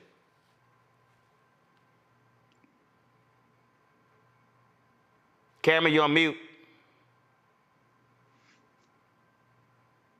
Y'all got to stop hitting the Sorry mute button. about that. There you go. Roland, I was just going to say it's kind of sickening to see how low the Governor Abbott, specifically in Texas, has gone and has gone to and used his office, the state's attorney there, their state legislature, just to weaponize their offices to fully disenfranchise and really make us less than humans, black folks, and anything related to supporting black community there. The one thing I will say, especially when you look at Governor Abbott literally not trying to hide this in any way, shape, or form, this is the kind of information and this is the kind of stuff we really need to put back to the people of Texas. Texas, as a Lone Star state, and having spent time working and even living in Texas before, it's people have a sense of pride that don't mess with us. We can govern ourselves. We can really stand up, pick ourselves up by the bootstraps, and what's mine is mine, and stand our ground. But we've gone too far where people's right to life is less than people's right to carry and bear arms. We've gone too far, and I think this is an opportunity, this election and over the next cycles, to really start to remove that racist legislature, because this doesn't just start with Abbott. This goes all the way down. Like, they're protected on so many different levels, from the courts to the legislatures to the governor's offices and so many mayor's offices around the state. Well, look, you got that thug attorney general in Texas, Ken Paxton. This is what he tweeted. Governor Abbott has just pardoned Sergeant Daniel Perry after a unanimous recommendation by the Texas Board of Pardons and Paroles. Americans across the country have been watching this case in Texas and praying for justice after BLM riots terrorized the nation in 2020. Our right to self-defense is enshrined in the Constitution. Soros-backed prosecutors like Jose Garza do not get to pick and choose the rights we have as Americans. And I am relieved that justice has prevailed. They don't care about his racist text messages. They don't care about his racist language. So we need to be making perfectly clear, and that is Republicans in Texas, Greg Abbott, Ken Paxton, and others, they are in support of a racist white nationalist in Daniel Perry. That's who he is in his own words. Going to a break. We come back. $16 billion going to HBCUs over the last 3 years from the Biden-Harris administration. I can't wait to hear Senator Tim Scott talk about how Trump still did more. His lying ass. You're watching Roland Martin Unfiltered on the Black Star Network.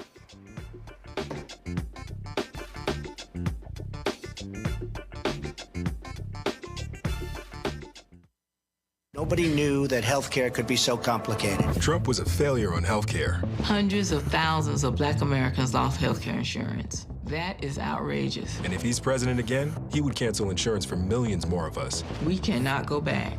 President Biden and Vice President Harris have lowered healthcare premiums and expanded coverage for black families. They also capped the price of insulin at $35. Joe Biden is getting the job done for people just like me. I'm Joe Biden, and I approve this message. Next on the Black Table with me, Greg Carr.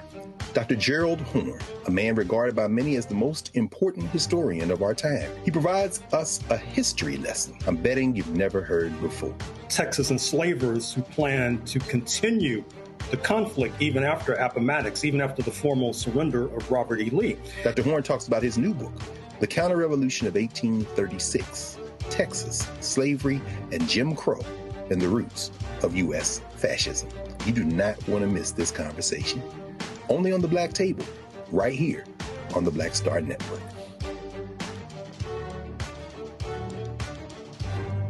Hello, I'm Paula J. Parker. Truly proud on the Proud Family, Louder and Prouder on Disney+. And you're watching Roland Martin, Unfiltered.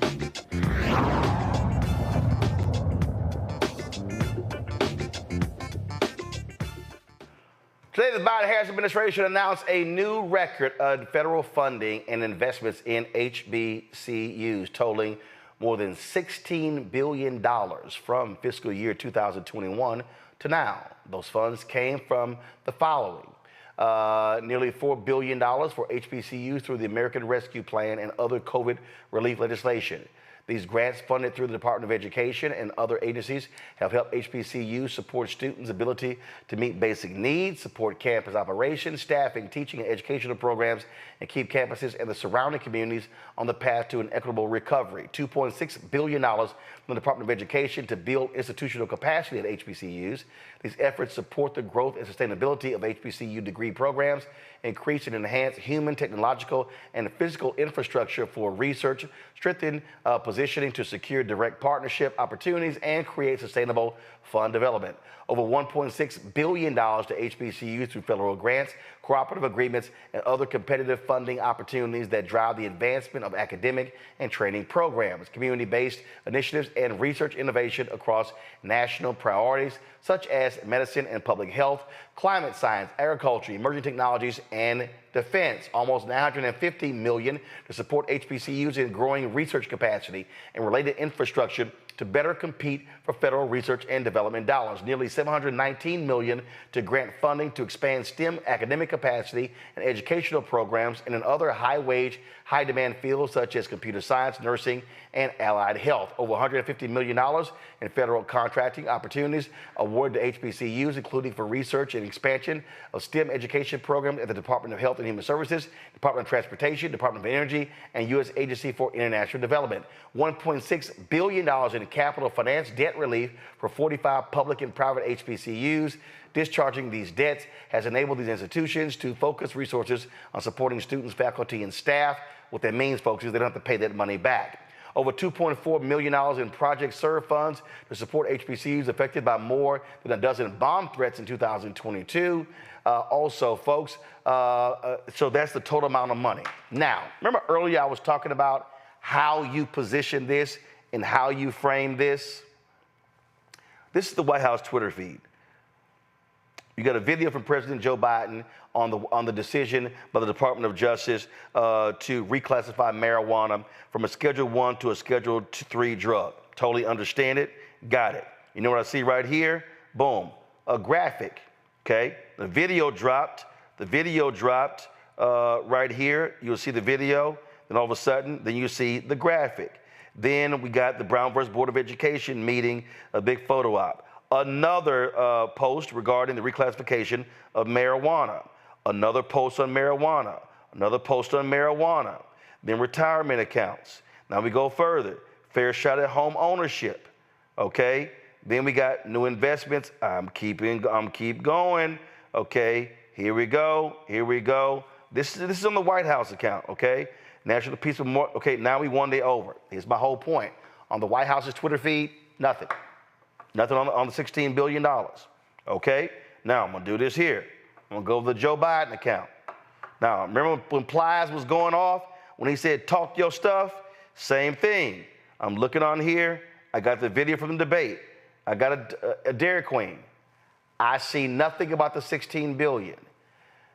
This is the thing, Lauren, we were talking about it earlier. Reese was talking about, and no camera sitting here going like, oh man, I wish my folks in the digital department are getting it right. There's nothing like a big ass graphic, Lauren. $16 billion to HBCUs from the Biden-Harris administration. That's your graphic. And then you then you put more than any president in American history. Where is it? I get the press release. I get the long white sheet. Mm-hmm. You got to sell it. Yeah, I know. I get it. I'm just telling you, these offices are very layered, and there's a lot of sign-offs, and there's a lot of approvals. The other thing, too, that can't be denied here is that, frankly, I think a lot of Democrats, a lot of white Democrats, have a hard time bringing themselves to show everybody what they specifically do for black folks. They're always caught in this vortex of not wanting to look like they're doing a lot of stuff for black folks because they perceive that as, oh my goodness, we might piss off, quote, moderate voters or moderate Republicans that we might be able to attract. So there's this sort of game that goes on too in the messaging of being afraid to show what you're doing for your base, which is of course foolish in this particular example, because of course the base of the party, both parties typically appeal to their base. But for some reason, the Democratic Party always has this problem appealing to their strongest bloc, their most dedicated bloc, which is black voters, specifically black women voters on top of that, but black men are number two. And so I think that's another thing that gets involved with the messaging, particularly when it comes to something so specific as historically black colleges. So I'll bet you anything that that's a factor because, yeah, they'll put out the performative thing of, and there's nothing wrong with celebrating the 70th anniversary of Brown v. Board, but that is probably a performative meeting, right? I mean, they sort of a, obviously a tip of the hat to that history. Nothing wrong with that. But there's the performative and then there's the substantive. And when it comes down to substantive policy, what we find a lot of times in the Democratic Party is a fear to show everyone and message as vigorously as we can in terms of we the Democratic Party messaging as they can, as vigorously as they can in the direction of black people. But the deal is, though, but Cameron, here's the deal, though. They put it out. They put it out. What I'm saying is, it's not like they hid it. They actually put it out. What I'm saying is, sell it. You gotta sell it. You gotta push it. It has to be there. That's my point. They didn't put it out as publicly as they could have. Cameron? Yeah, you got me. I mean, I will say this.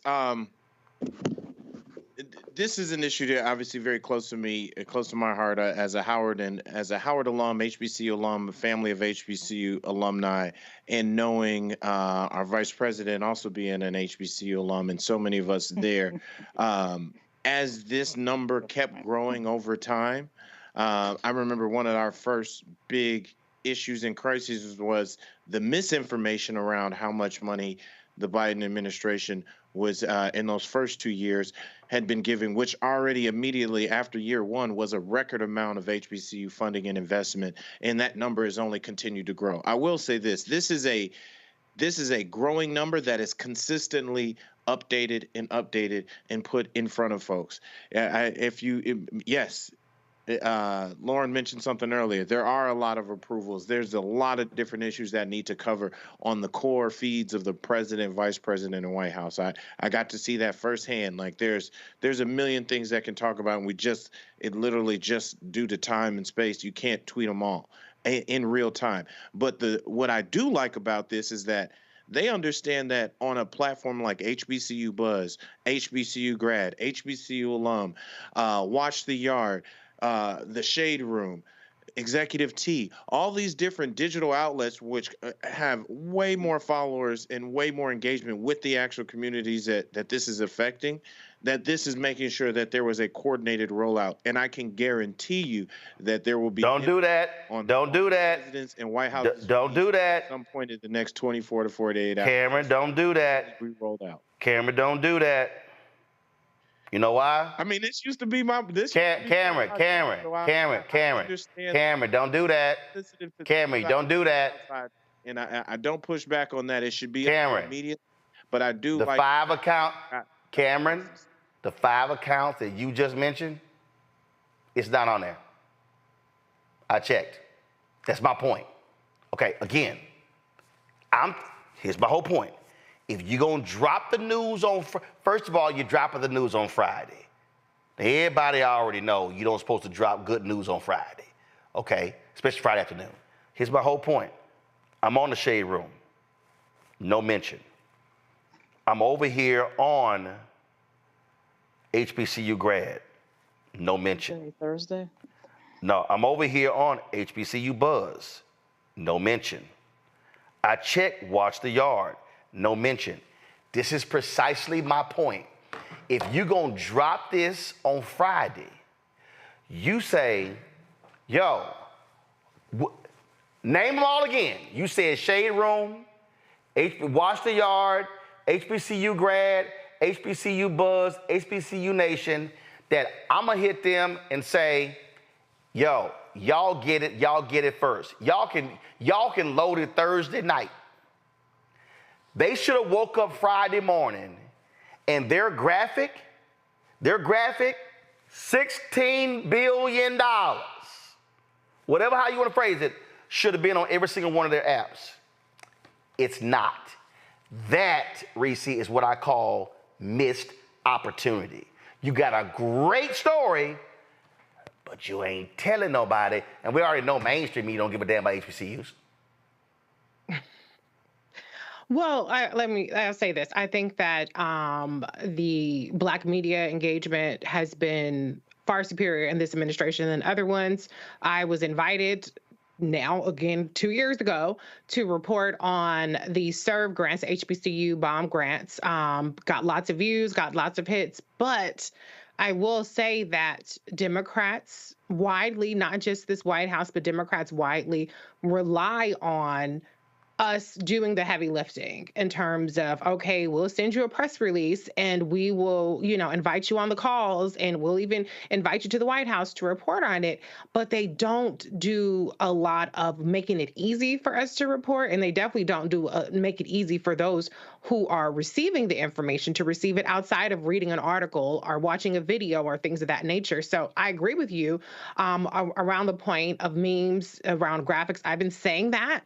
And I think they need to do even beyond just text memes, text graphics. They do have some that are pretty good, but those don't necessarily hit as much as, like, for instance, when the disinformation was spreading around crack pipes, and you go to the shade room and you see a big ass fucking crack pipe, and it says Biden Harris giving crack pipes away. So I think there is a part that doesn't necessarily recognize that what they're up against and how people are receiving the counter information, the disinformation, and misinformation, and how that makes it that much more important, and how you deliver the message, how relentless you are about delivering the message, how consistent you are in delivering the message, and for making it easier for people to translate the message. I remember when last thing I'll say is when I reported on these things, I haven't written in a while because I'm busy doing all these shows, but I remember I had to do so much work to write. And I mean, journalists would say, duh, but I'm just saying that they give you a fact sheet, 100 things on it. They give you give me 3 highlights. If you can give me on a daily basis, on a weekly basis, 3 talking points to run with, that's going to sink in a lot easier than giving me a list of 100 items. It's the same reason that crack pipes was easy, the same reason that $10 billion for Ukraine is easy, the same reason for looking what the Asians got was easy. Right. They don't understand that you got to keep it simple and put it where the goats can get it, as Joe Madison would say. So folks,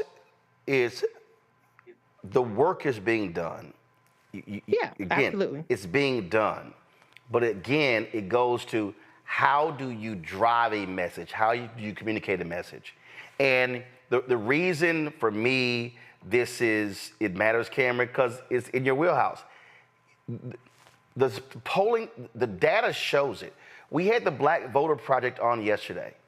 We had Terrence Woodbury on. Cordell Belcher's polls. It's in the data. Black people are seeing the most misinformation about Biden Harris, Instagram 1, TikTok 2. So that means that if I am trying to counter misinformation, I mean, when you look at, when Earn Your Leisure put up the photo of Vice President Kamala Harris on there when they interviewed her in Atlanta, you had all of these, some of the nastiest comments attacking her left and right. Lies. They still run with the lie, Cameron. She locked up millions of black men. Okay, been debunked. They run with the lies, which means that, so if I know what my obstacle is, now I gotta have a counter message. When they would do student loan debt relief, if I posted on my Instagram page, you will see the usual lying folks coming out, oh, they ain't done shit, it's only 9%, why can't they forgive all of it? Dumbass, Supreme Court said they couldn't. Dumbass, those of you who did vote for Hillary Clinton, say hello, because that's how Trump got 3 Supreme Court picks, okay, just call facts. But my deal is, you know what happened? People were like, I ain't know nobody who got relief. Other people said, I did, my son did, my daughter did. And so it was countering the lies. That to me is what they have to understand, what you're now up against, and which is why their messaging has to be stronger, faster, more efficient. Cameron, go ahead. Mm-hmm. Yeah, I think they both from inside the campaign, inside the White House, and all those supporters who were looking to push. I will say this is that I think in this era of misinformation, disinformation, salacious headlines, the truth just moves a little slower. If it's not as salacious, if it's not something that can, if it's not something that really breaks through, it moves a little slower. But that doesn't mean they don't need to double down and triple down in that vigilance and on keeping that message and on discipline. I have full faith in the campaign that they will get it together, that the White House, like I said, is continuously given the resources they have to be able to try to push it out as much as possible. But I think even my involvement this year in just making sure that people understand the tactics, social media, content creators, all the different ways we can get messages out this year, and just being on that soapbox to make sure that Democrats, not just at the White House, but all the way down the ticket, are really using these new age tactics and data and understanding to really be able to reach through, break through, because it's just going to be that much harder to get a positive message when the lies sound so much. Yeah, and look, I spent 6 weeks having to negate the Newsweek cover lie of Biden Harris cutting $35 billion from HBCUs, which was a flat out lie. And again, when you're in the world that we're living in is just totally different.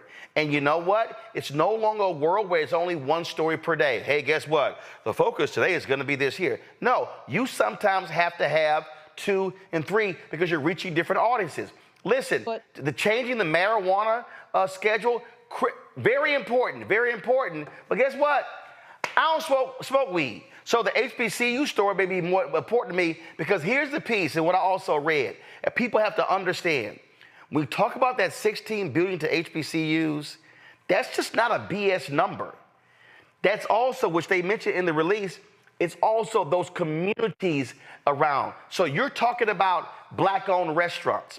You're talking about Black cleaners. You're talking about the people who rent apartments or houses where the students live as well. So the support, that $16 billion that goes to HBCUs is helping Black folks who didn't even go to HBCUs but live near and around those institutions. Reese, hold on, Lauren, 1 second. Lauren, hold on. Reese wanted to make a comment. I'm going, Lauren. Reese, go.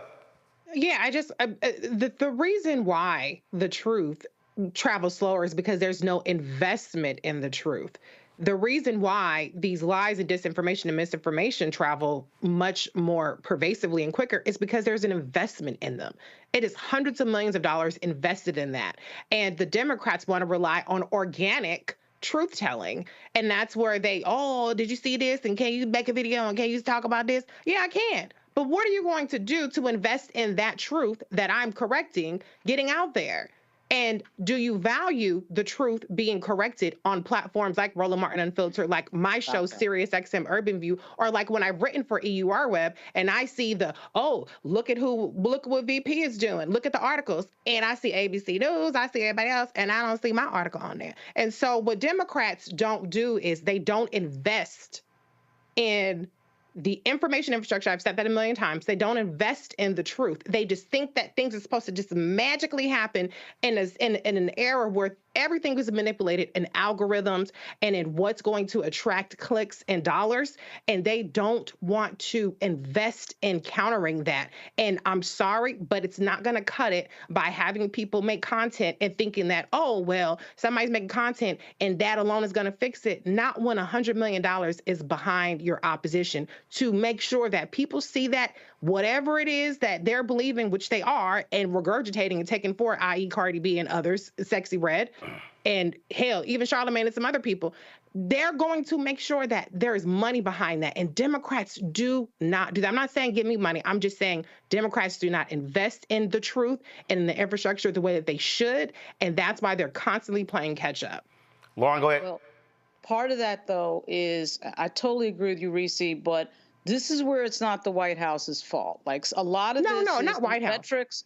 The metrics of the media business right now is that they're losing money, they're losing viewership, they're losing attention, and they're putting on what's salacious to get that attention. And when you put out something substantive, like the HBCU funding numbers, the media is not interested because they want to do Donald Trump all day long on a hush money case because that is what makes them money. So they're not investing in substantive information. And frankly, it's laziness, but it's also desperation because they have picked clicks and web traffic over what is the truth and really over what really is just public service information. Which is why you can't. That's not the White House's fault. No, but say White House. No, but it is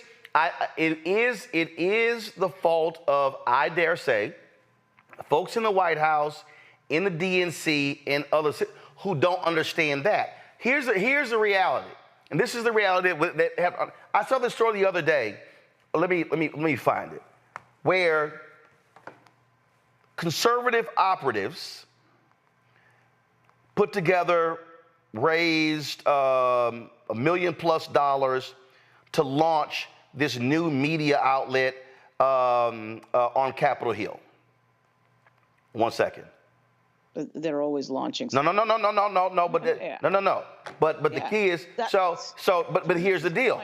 But it goes to though what Reese is talking about. Right. The Democrats are not investing in an ecosystem and and so That's simply true. And what I'm saying conversations. Hold up. But here's the whole point here.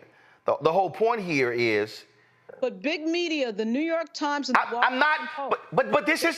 They don't want. But Lauren, I don't give a shit about them, and that's the point. Here's the reality: they're not doing it. So if you know that they're not going to be doing it, what you then have to do is you have to then have an ecosystem or have a strategy that doesn't even involve them.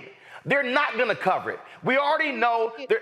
Listen, MSNBC, CNN, they're not even going to cover the vice president's conversation with D.L. Hughley today. They didn't cover her in Detroit last week. They didn't cover her in Atlanta the week before. So now the question is, if you know that going in, what is the strategy that you have to communicate and drive messaging? So you know they're not going to do it. So what are you going to do?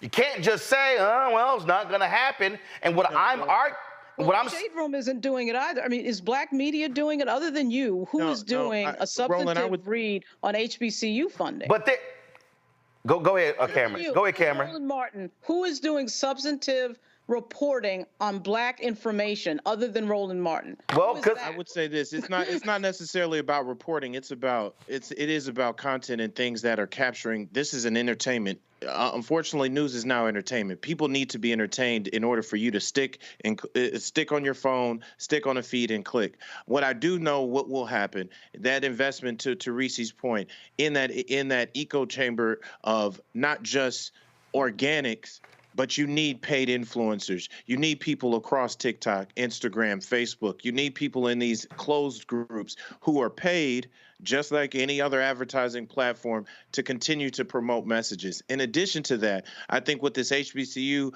and the fact that this money was so diversely spread across so many different HBCUs and so many different opportunities, over $950 million to 40 plus HBCUs on research funding alone. I think what they have an opportunity is to have this story run all the entire summer, all fall, where they're literally showing, hey, I'm here at Alcorn State University. We just received a grant here. This is real money.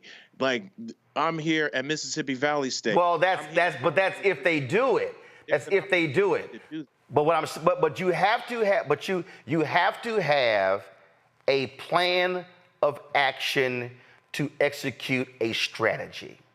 And what I am saying is, what they have to accept is, we know what mainstream's not going to do.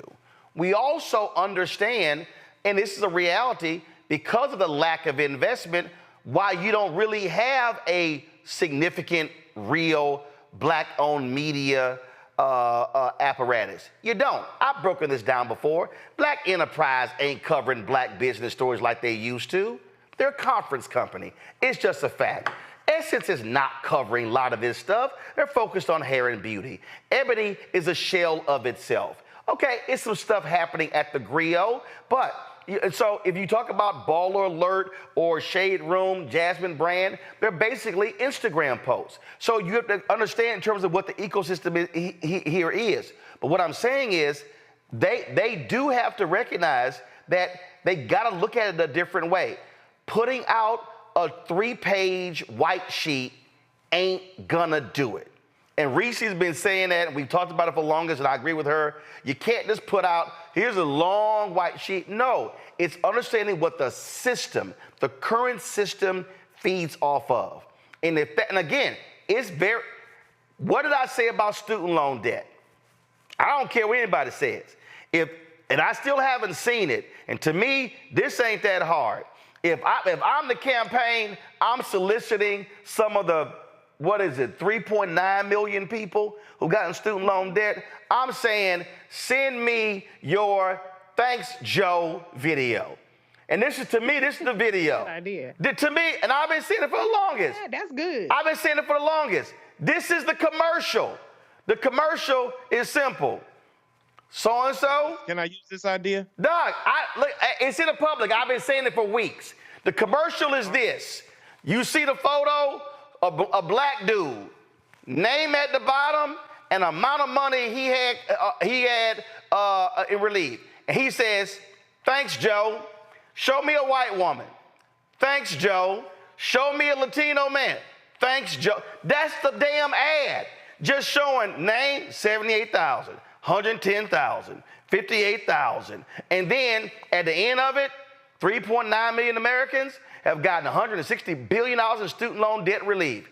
And I end that sucker with, thanks, Joe, this ad, I authorized this ad. And you know what? Every time Vice President Kamala Harris, when she was in Milwaukee today, she should have said, hey, glad to see all y'all here. Before I start, Kim, John, so-and-so. These 5 people sitting in the audience right now, collectively, they had more than $500,000 in student loan debt relief as a result of our administration. Oh, Lord. Oh, my goodness. Yeah, praise the Lord. Praise the Lord. And you know what? I'm making those 5 folks available, people to interview when the damn thing is over. And I'm just simply saying, you have to understand you're in a different world. You gotta stop running an analog campaign in a digital world. So yeah, Cameron, take the idea. I'll make sure we get that on the airways this year. It works. It works. Because all of a sudden it's like, oh shit. Because this is the problem. This is the problem. When you talk about big things, the person at home like, oh, okay, fine, 160 billion. Oh, hold up. So-and-so in my town, how much they, oh, I might know that girl. It's real. Joe Madison always said, put it where the ghost can get it.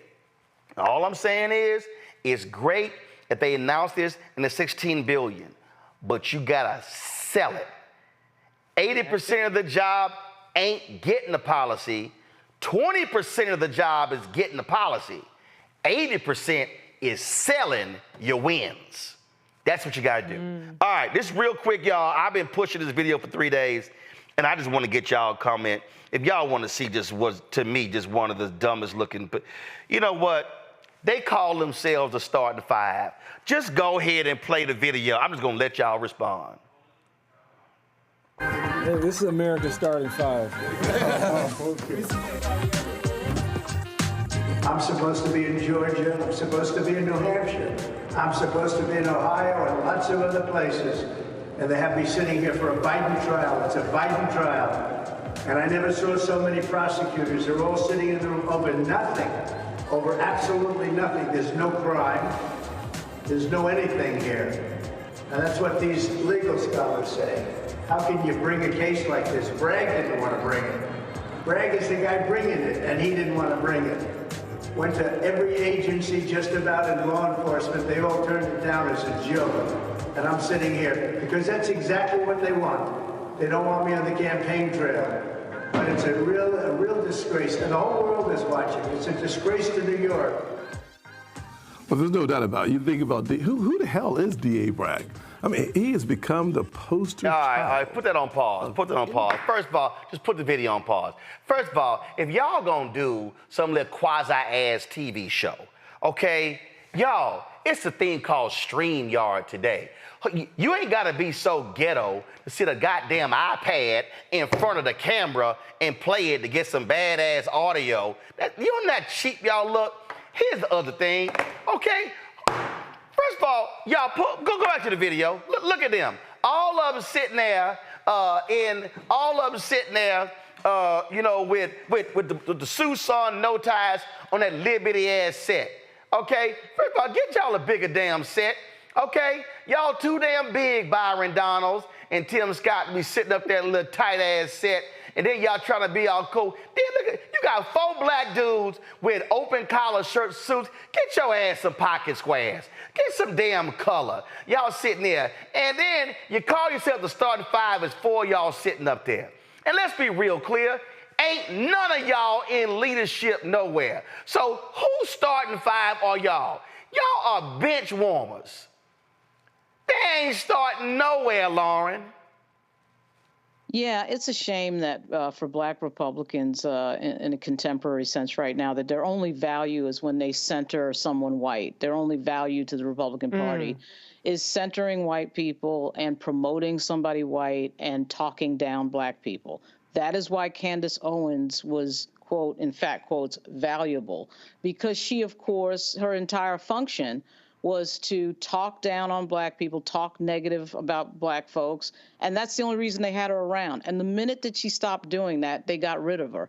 So it's funny for these guys because, you know, John James and Wesley Hunt are not completely lacking in substance, but I just can't understand why they think that their career is built by promoting some white dude from Queens who is on trial all the time and is probably going to be off the scene in less than 10 years. You would think they would be able to come up with something a little better than that, and something, frankly, that is rooted in the constituencies that they represent. Right. But it never seems to happen. And look, you sitting here, and then Tim Scott, who are Elvin Bragg? Or who is this? Oh, he's an elected DA in Manhattan. That's who he is. And I'm sure folks in New York City are saying, who the hell is Tim Scott? Okay, I need some more comedy. Press play. Lawlessness and chaos, except for one person. The only person he wants to lock up is Donald Trump. This is the picture of election interference. I can't think of a better person to be on the poster of election interference than D.A. Bragg. I can't think of a better person to be on the poster that says buffoon than Tim Scott. That's just stupid. He can't lock up. He only wants to lock up one person. He prosecuted Jonathan Majors. Hell, they prosecute cases every damn day. It's just amazing how, Cameron, the amount of Trump ass they kiss. It kind of shocks me that they stay around for it that long, and something that they'll all soon define as you've seen with so many black Republicans. I think Tim Scott is probably unique in the sense of like him being able to stay around and be reelected and be in the Senate and be around the longest. They're going to be out of there pretty soon. They might either get primaried. People are probably going to get tired of it, or to Lauren's earlier point, once they stop criticizing, or if they do ever stop criticizing and serving as a tool to kind of downgrade and denigrate and push down the black community, push down people of color, the others, like they're sent on the front lines to like, look, we've got our 5 black folks. When we have a record number of African Americans who truly in Congress, who truly represent the diverse coalition, and yes, those guys are technically have the ability to be a part of the Congressional Black Caucus. Often many Black Republicans choose not to join, or they choose not to attend. So it really makes you question where their true morals lie, where their true base and spine is. But it's kind of sad to see them kind of kissing ass like that. Give me about 30 more seconds of this unseasoned video. This is an example of what happened to the left does not teach and understand our history. It is American DNA. We do not like injustice. And I don't care what race it is. You see why people now coming behind Trump, Black, Hispanic, Jewish, it doesn't matter. We don't like injustice. We don't like bullying, and now we're seeing this full hand. And American people are going to stand up for it. It's for sure. Look, I think this is a travesty of the justice system, especially for the state of New York. And I'm a former New Yorker, born and raised Brooklyn, New York. And I got to tell you, it's disgusting to see what they've done.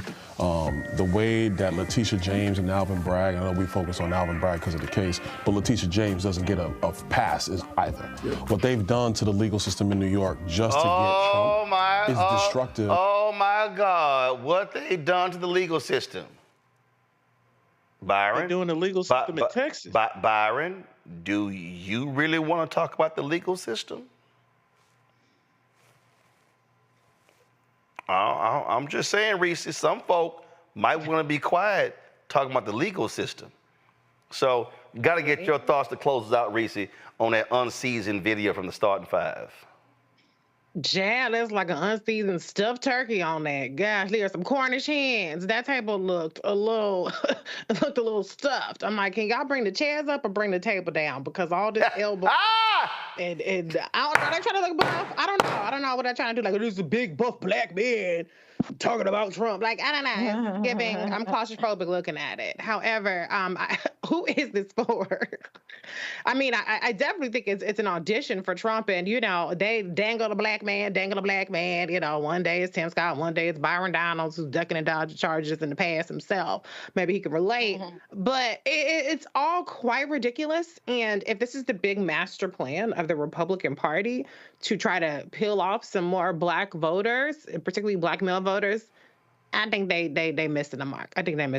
Maybe they should just go back to the other issues, the culture wars. But I don't think that shilling for Donald Trump and trying to act like he's some sort of persecuted victim when he's been convicted or found guilty on multiple civil counts, and he's going to probably be found guilty in New York, that ain't really the hill that you want to die on. So I think they should be doing more deflecting than trying to defend Donald Trump. But everybody on that stage wants to be the VP, the sidekick to Donald Trump. And so it kind of tracks, but it's not picking up any voters or doing them any justice. I'm still laughing, them calling themselves a starting five. Y'all, with four people. Y'all know y'all like them dudes who sit on the end of the bench who play college. They never take off their uniform.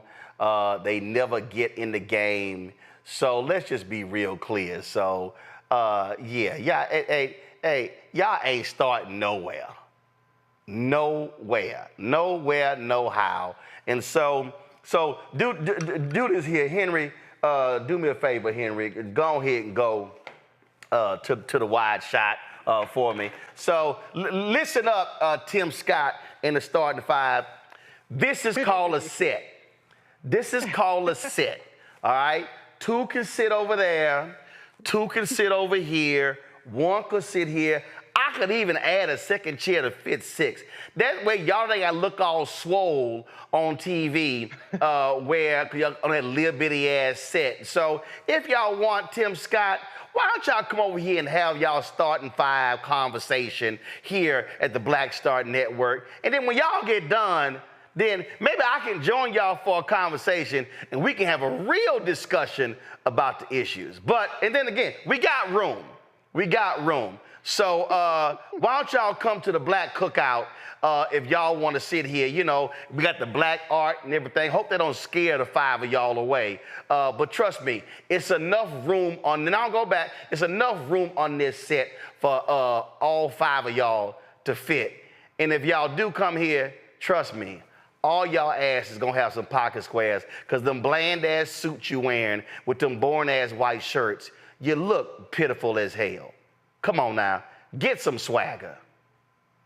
Some. Maybe. All right, that's it. Lauren, Cameron, Reese, I appreciate it. Thank you so very much. Thanks, Roland. That little bitty ass set they on. Y'all need to stop it. All right, y'all. Y'all want to support us in what we do, join the Bring the Funk fan club. Of course, our goal is to get 20,000 of our fans contributing on average $50 a year. That's $4.19 a month, 13 cents a day. You can send your check and money order to P.O. Box 57196, Washington, D.C. 20037-0196. Somebody in the chat said, Roland, you petty. Yes, I am King Petty. Cash App is $RM Unfiltered. PayPal, R Martin Unfiltered. Venmo is RM Unfiltered. Zelle, Roland at RolandSMartin.com, Roland at RolandMartinUnfiltered.com. Be sure, of course, get the book White Fear, How the Browning of America is Making White Folks Lose Their Minds, available. Bookstores nationwide. Get the audio version on Audible. And, of course, you can also, folks, what else? Download the Black Star Network app. Did I say that already? Apple phone, Android phone, Apple TV, Android TV, Roku, Amazon Fire TV, Xbox One, Samsung Smart TV. Y'all, that's it. I got to go. Oh, yeah, and I'm still, y'all, I'm autographing the final couple hundred books, and so we're shipping them out, so you're going to be getting your book, so the first. All right, y'all, that's it. I got to go. Start 5.